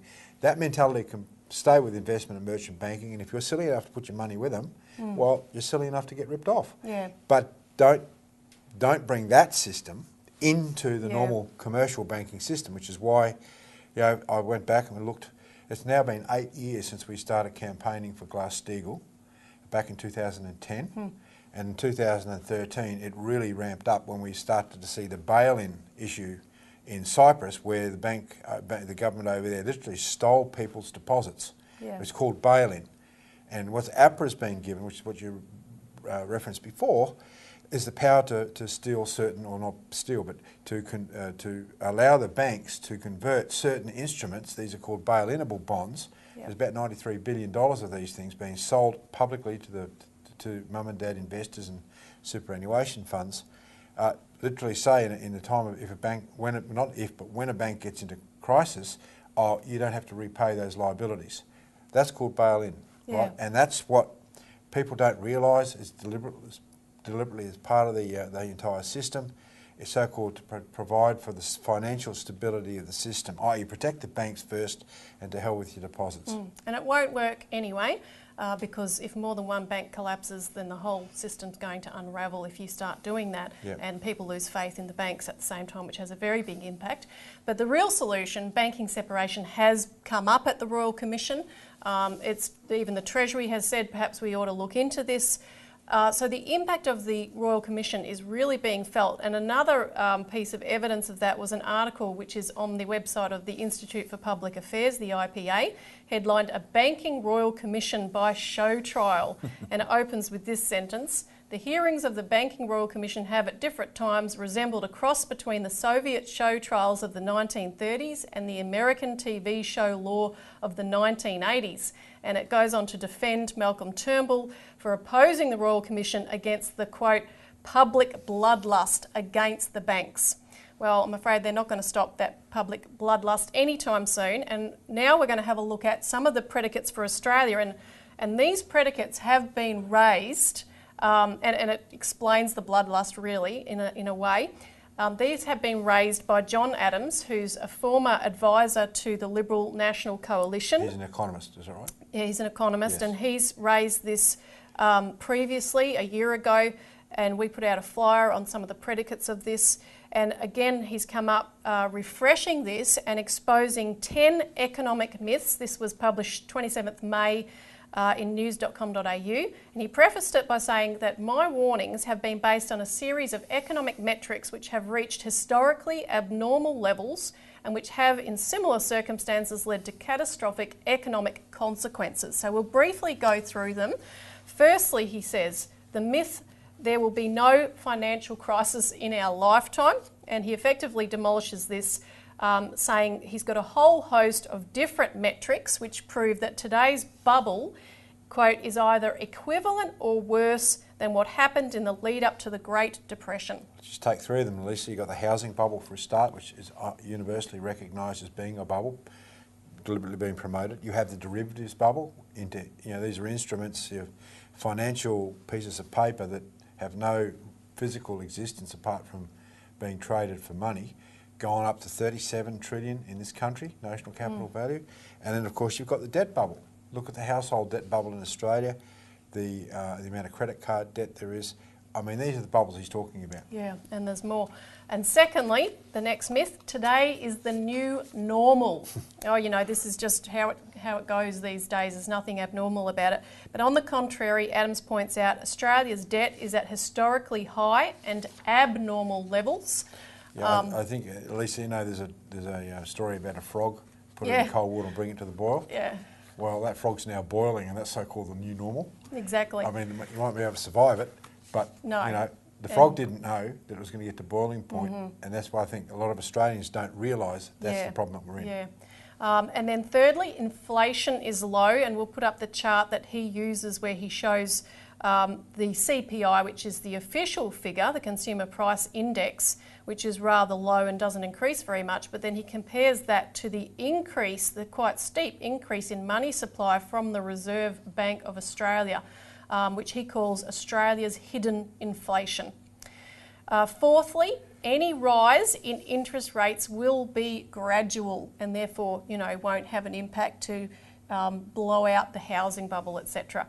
So he points out that Australia has a huge foreign debt, over 1 trillion net debt. So therefore, we're at the mercy of international rate changes, and even if the RBA keeps rates on hold or raises them only gradually, the overseas markets can push up interest rates very quickly, and that can be passed on and will be passed on in Australia, and that equals disaster for home buyers owing $1.7 trillion. Yeah, at least the banks have an enormous exposure to overseas borrowings. That's where they get their money from. So if there is any sort of increase in interest rates overseas, as he's saying, look, it's just going to be passed on. So what are the banks going to do? Yeah. Pass it on to us. That's right. And now, fifth, Australian house prices will never fall. Well, we just refuted that already, really. But he points out that credit for housing has expanded from around 20% of GDP in 1991 to more than 95% of GDP in 2017. And of course, credit has been very cheap. But that artificial demand will collapse as interest rates go up. Prices will tumble as they did around the time of the 2008 GFC. And of course, in countries from the US to the UK, all over Europe, you had housing prices falling by up to 55%. Our crash is coming. 6, a AAA credit rating means it is safe. Now, for anyone who's watched The Big Short, I don't think we need to explain this. But yeah, financial instruments that were rated AAA during the GFC were supposed to be the safest of all, but that was proven completely wrong. And of course, proposed reforms to the rating agencies in the US, for instance, have not been enacted. Local councils in this country, Elisa, believe those AAA ratings that went into collateralised debt obligations prior to the global financial crisis. Not just councils, but hospitals, all sorts of different institutions believed in those AAA ratings, and they turned out to be pure junk, and they lost an enormous amount of money. But this is the scam that is run with these rating agencies, and I think The Big Short, people can get onto The Big Short and look at that, they'll see that this is a complete fraud. Yep, and he also points out, number 7, for people who own gold, that the Banking Act of 1959 the governor gives the Governor General the power to sign a proclamation compelling individuals to sell their gold to the RBA under crisis circumstances. So that doesn't necessarily represent a safe haven for people. But we have to take a quick break. We'll keep talking about this right after this.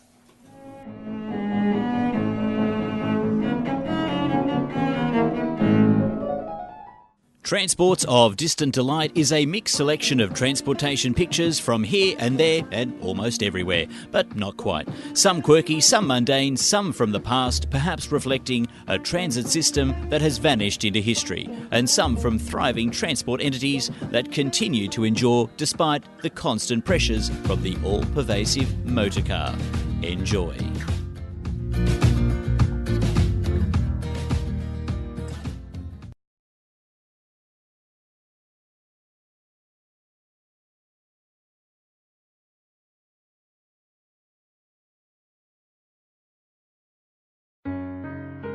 You're there when they can't sleep. You're there when they forget. But who's there when they're at school? Asthma can be serious. It affects 1 in 10 Australians and claims 400 lives each year. Does anyone at your school know what to do in an asthma emergency? Log on to asthmafriendlyschools.org.au and find out if your school is asthma friendly.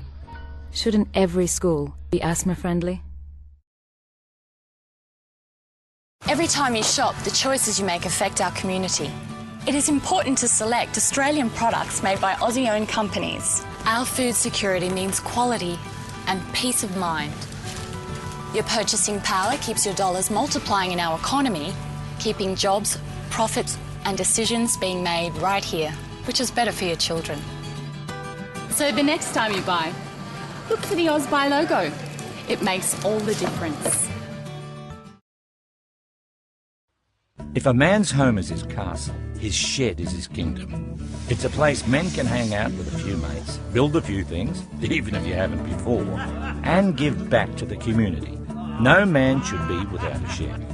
The Australian Men's Shed Association is working to provide a shed for all Australian men, and they have over 400 already. Visit your local shed, build your community, and make a difference. Find a shed near you. It's time to give back.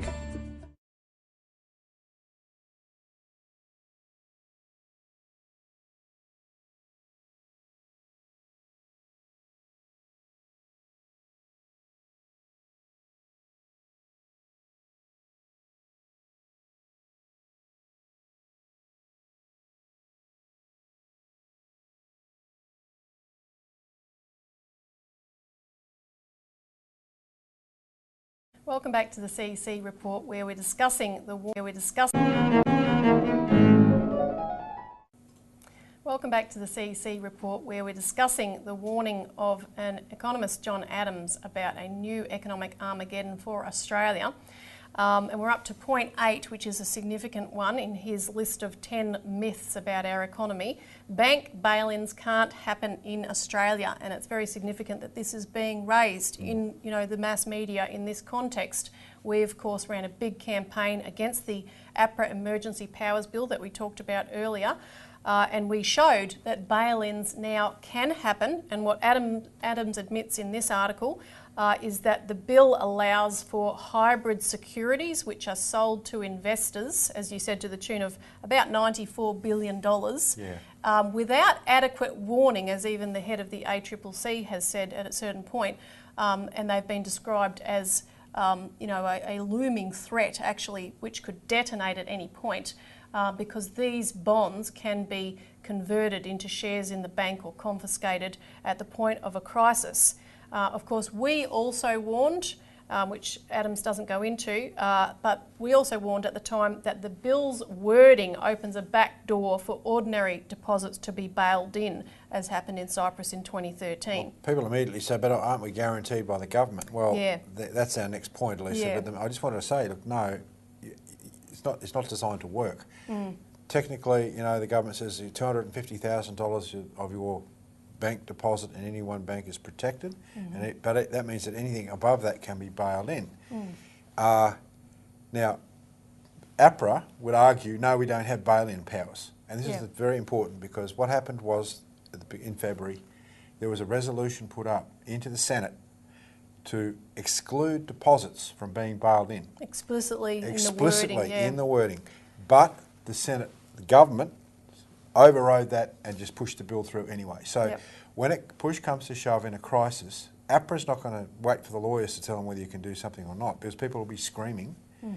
They're just going to do what they've got to do and let all the dust settle and all the problems come out afterwards. Now, that amendment would have stopped any problems with people, thinking that their deposits weren't safe. Now, you don't have that assurance. And that's point 9 that Adams raises. Bank deposits are guaranteed by the government, and he does expose the explosive truth that the financial claims scheme is essentially unfunded.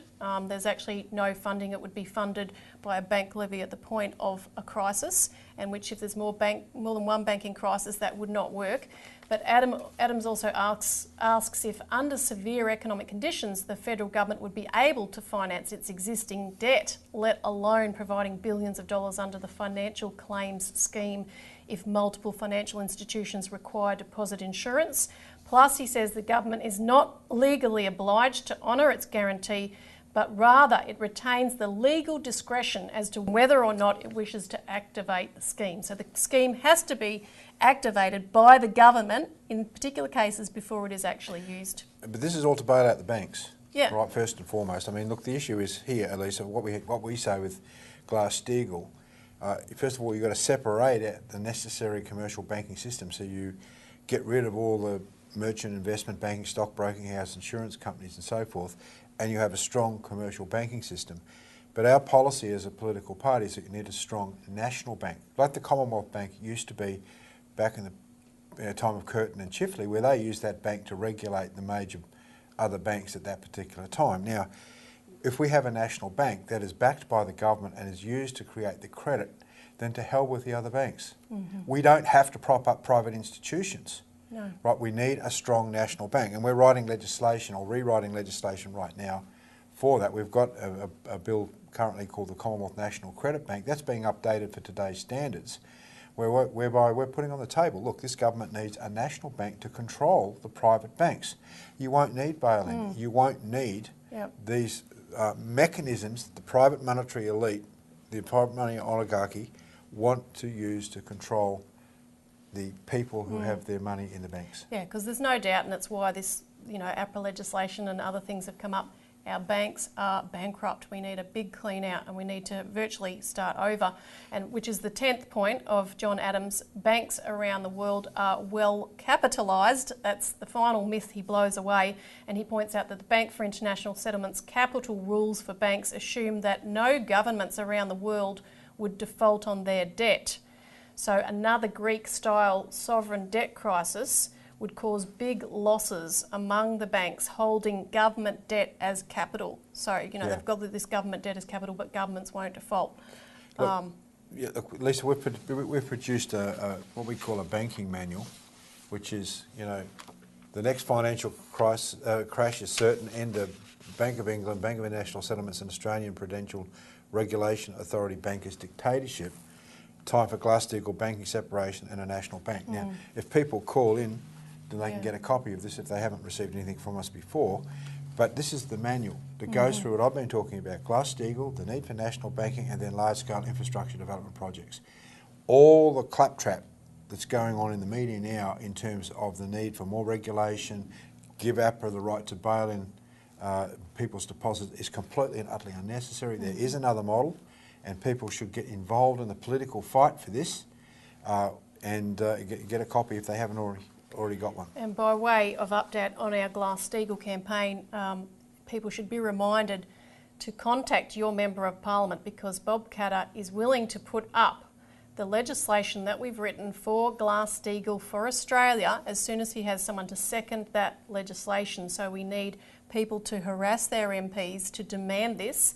And just to remind people also, Rebecca Sharkey, the MP for Mayo in South Australia, who's up for the by-election coming up soon, is willing to second it. So anyone over there, campaign for her. It'd be good to have her back, obviously, to support and second this bill.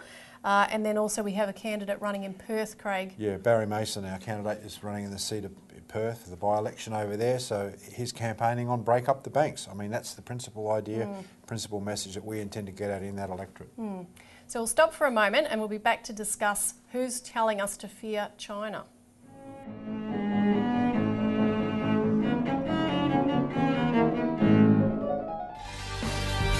Here are the current weather readings for Melbourne, Geelong and Shepparton on the MELfeed.video weather wall. It also includes tomorrow's forecast and expected minimum temperatures in these areas overnight. This is the MELfeed video weather wall. We are currently looking for a sponsor. If you're interested, please email Michael at MELfeed.video for more details. Hello. I'd like you to put your hand up to the screen and place it on mine.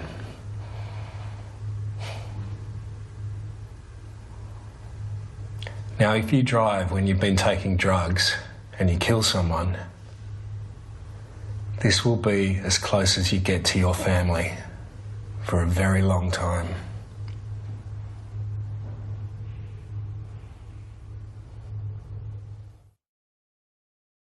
I'm able to dream, I'm able to smile, I'm able to grow, and I'll go the extra mile, one day at a time. So put your hands together, we can change lives forever. Together, we're able. Able Australia. Together, we're able. Back to the CEC report. So finally, who is telling us to fear China? Now, we put out a press release this week. Why all the fuss over Chinese interference? What are we afraid of? And we got quite a reaction to that of people asking, how dare we defend China, which is interesting, and it's important to discuss through actually why we're getting such a reaction. And really what we wanted to achieve with this press release we put out, and people should go to the website and read the details, is that people need to consider, they need to look at this from a whole new perspective actually. They need to consider the economic policies that China is pursuing and why China might be the target of a coordinated black propaganda campaign, exactly as Russia is the target of such a campaign as well, more so in the US than here, but we feel it here for sure. And people need to think through why the establishment media, why the politicians, why the leading think tanks, all pushed by our Anglo-American allies, do not want us to have a close relationship with China. I mean, if China had really infiltrated Australia, don't you think we would be hearing pro-Chinese propaganda, like how great China is in all of the major media? Yeah. But we're not seeing that. And we want to just mention quickly that the policies China is pursuing are exactly what we're promoting for Australia as in our manual and so forth. National credit for development, grand infrastructure project building, poverty reduction, and you can put up a graph to see that the share of world poverty that is now in China has dramatically decreased because of these economic policies they're pursuing. Glass-Steagall. China adopted Glass-Steagall laws at the end of 1993, and they explicitly modelled it on the US Glass-Steagall Act of 1933. And since then, they have stated unequivocally that that's the reason why they were able to help the rest of the world pull the economy through the global financial crash in 2007-2008, because their economy had a buffer. They were protected. Outlawing of speculation. China has only 0.33% of the world's derivatives. It has a very low ratio of derivatives. Only 6 US banks count for 20% of the total. And on a population basis, the difference between us and China is extraordinary, as we've talked about before on the show. So you have to ask yourself, with the propaganda we're getting about China being such a threat, what our politicians are saying. Do you really believe these guys? I mean, think it through, put aside your existing fears and concerns, and think about, firstly we'll put up, this is a foreign ownership or foreign investor graph in Australia, and you can see here the US and the UK are way ahead of China, as are Belgium, Japan, Singapore and Hong Kong. So for starters, China is not the one buying up Australia. We should have laws to control foreign ownership for sure, and they may need to be strengthened. However, it needs to apply equally to all. We shouldn't be singling out China on things like this. Now, the other thing to consider is the US is interfering at the moment to tell us that we should stop China interfering. And there's a host of media reports this week, just to mention a couple. US officials have sought assurances from the ALP that they will support the foreign interference laws. So they've come poking along. Are you supporting this? I hope you're supporting this. The US bill to stop foreign interference from China, which has just been put up in the United States, cites Australia as a precedent and talks about a US-Australian partnership against China. So it basically says our experience with putting forward foreign interference laws is an important precedent for the US. You've had New Zealand threatened with being removed from the Five Eyes, which is the spying alliance between the US, UK, Canada, New Zealand and Australia, because they've got a close and respectful relationship with China. And we even had other things, like, for example, this week, a former senior US Treasury official in Australia told us we shouldn't be thinking about taxing Facebook and Google. If we do, we will face blowback from the United States. So, you know, what kind of interference is that coming in and threatening? We've got to change our policy. But what they really fear, Craig, I want to put up some pictures here of the kind of development that's happening in China. And I want you to imagine for a moment that we were building these kind of railway lines and canal lines across Australia. This is just the development that's occurred in recent decades here in China itself. It doesn't include what China is building outside of its own territory with the Belt and Road Framework and so forth. And the last thing, the financial establishment, which is threatened as it is right now with the Royal Commission, with Glass-Steagall, wants is for Australia to be identifying with these kind of policies. Elisa, we've been following the free trade model, the British free trade model, for years. One of the key policies there is a thing called comparative advantage, which means that you don't produce high technology industries, you only go with things you're good at, like digging minerals out of the ground and agriculture and stuff like that. So this deliberate policy has forced us to go and import all these goods from China, which we should have been producing ourselves, along with infrastructure. People need to look a lot deeper into what they're thinking about, because they're being fed a crock on this subject. And I mean, China wants to uplift other countries because it will have no one to trade with if we're all collapsing into the muck as we are right now. That's right. So think harder and have a look on our website. And call in for a copy of our Australian Alert Service if you haven't already. Thanks for tuning in. That's all we've got time for. Thanks, Craig. Yeah, thanks, Elisa. And join us again next week.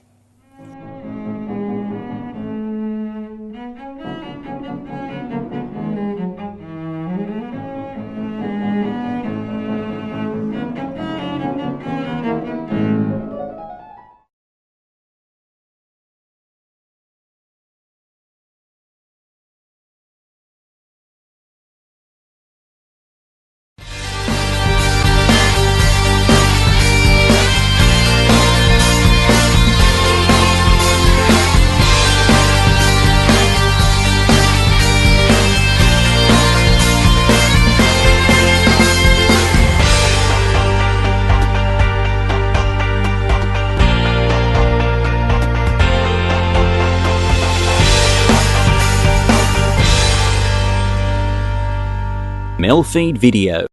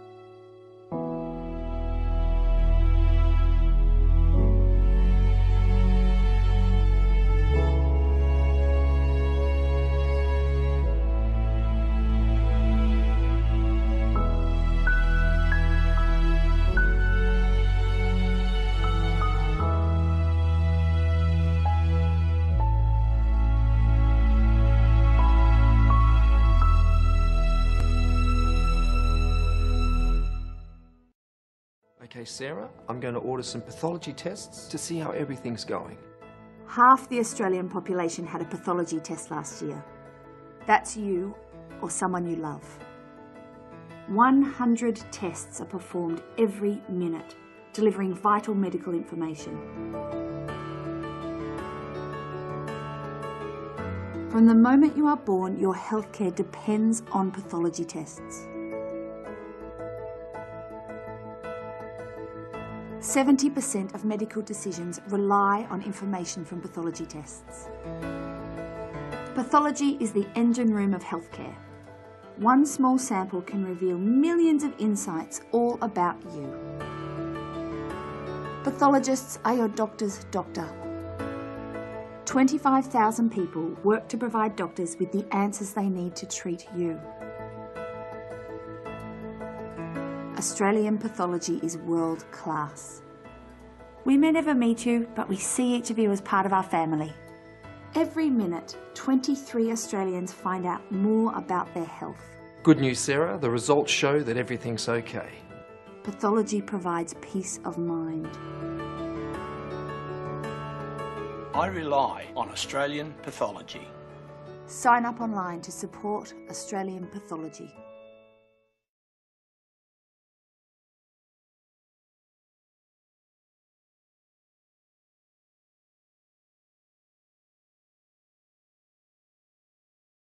They say there's a chance I could die in a car crash, maybe even from heart disease, maybe even skin cancer. I could die in a work-related accident, or I could die in a fight. The fact is, the biggest cause of death for men in my age group is suicide. Please don't let this happen to me. You can do something. Lifeline believes that suicide is mostly preventable. Help us save lives. Find out what you can do at lifeline.org.au.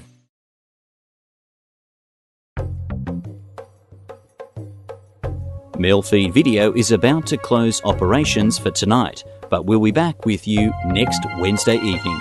In the meantime, here is a selection of programs that will be seen on our next scheduled web stream. You are welcome to visit our website at MELfeed.video for further details of this project. Until next time, from all of us at MELfeed Video, we wish you a very good night.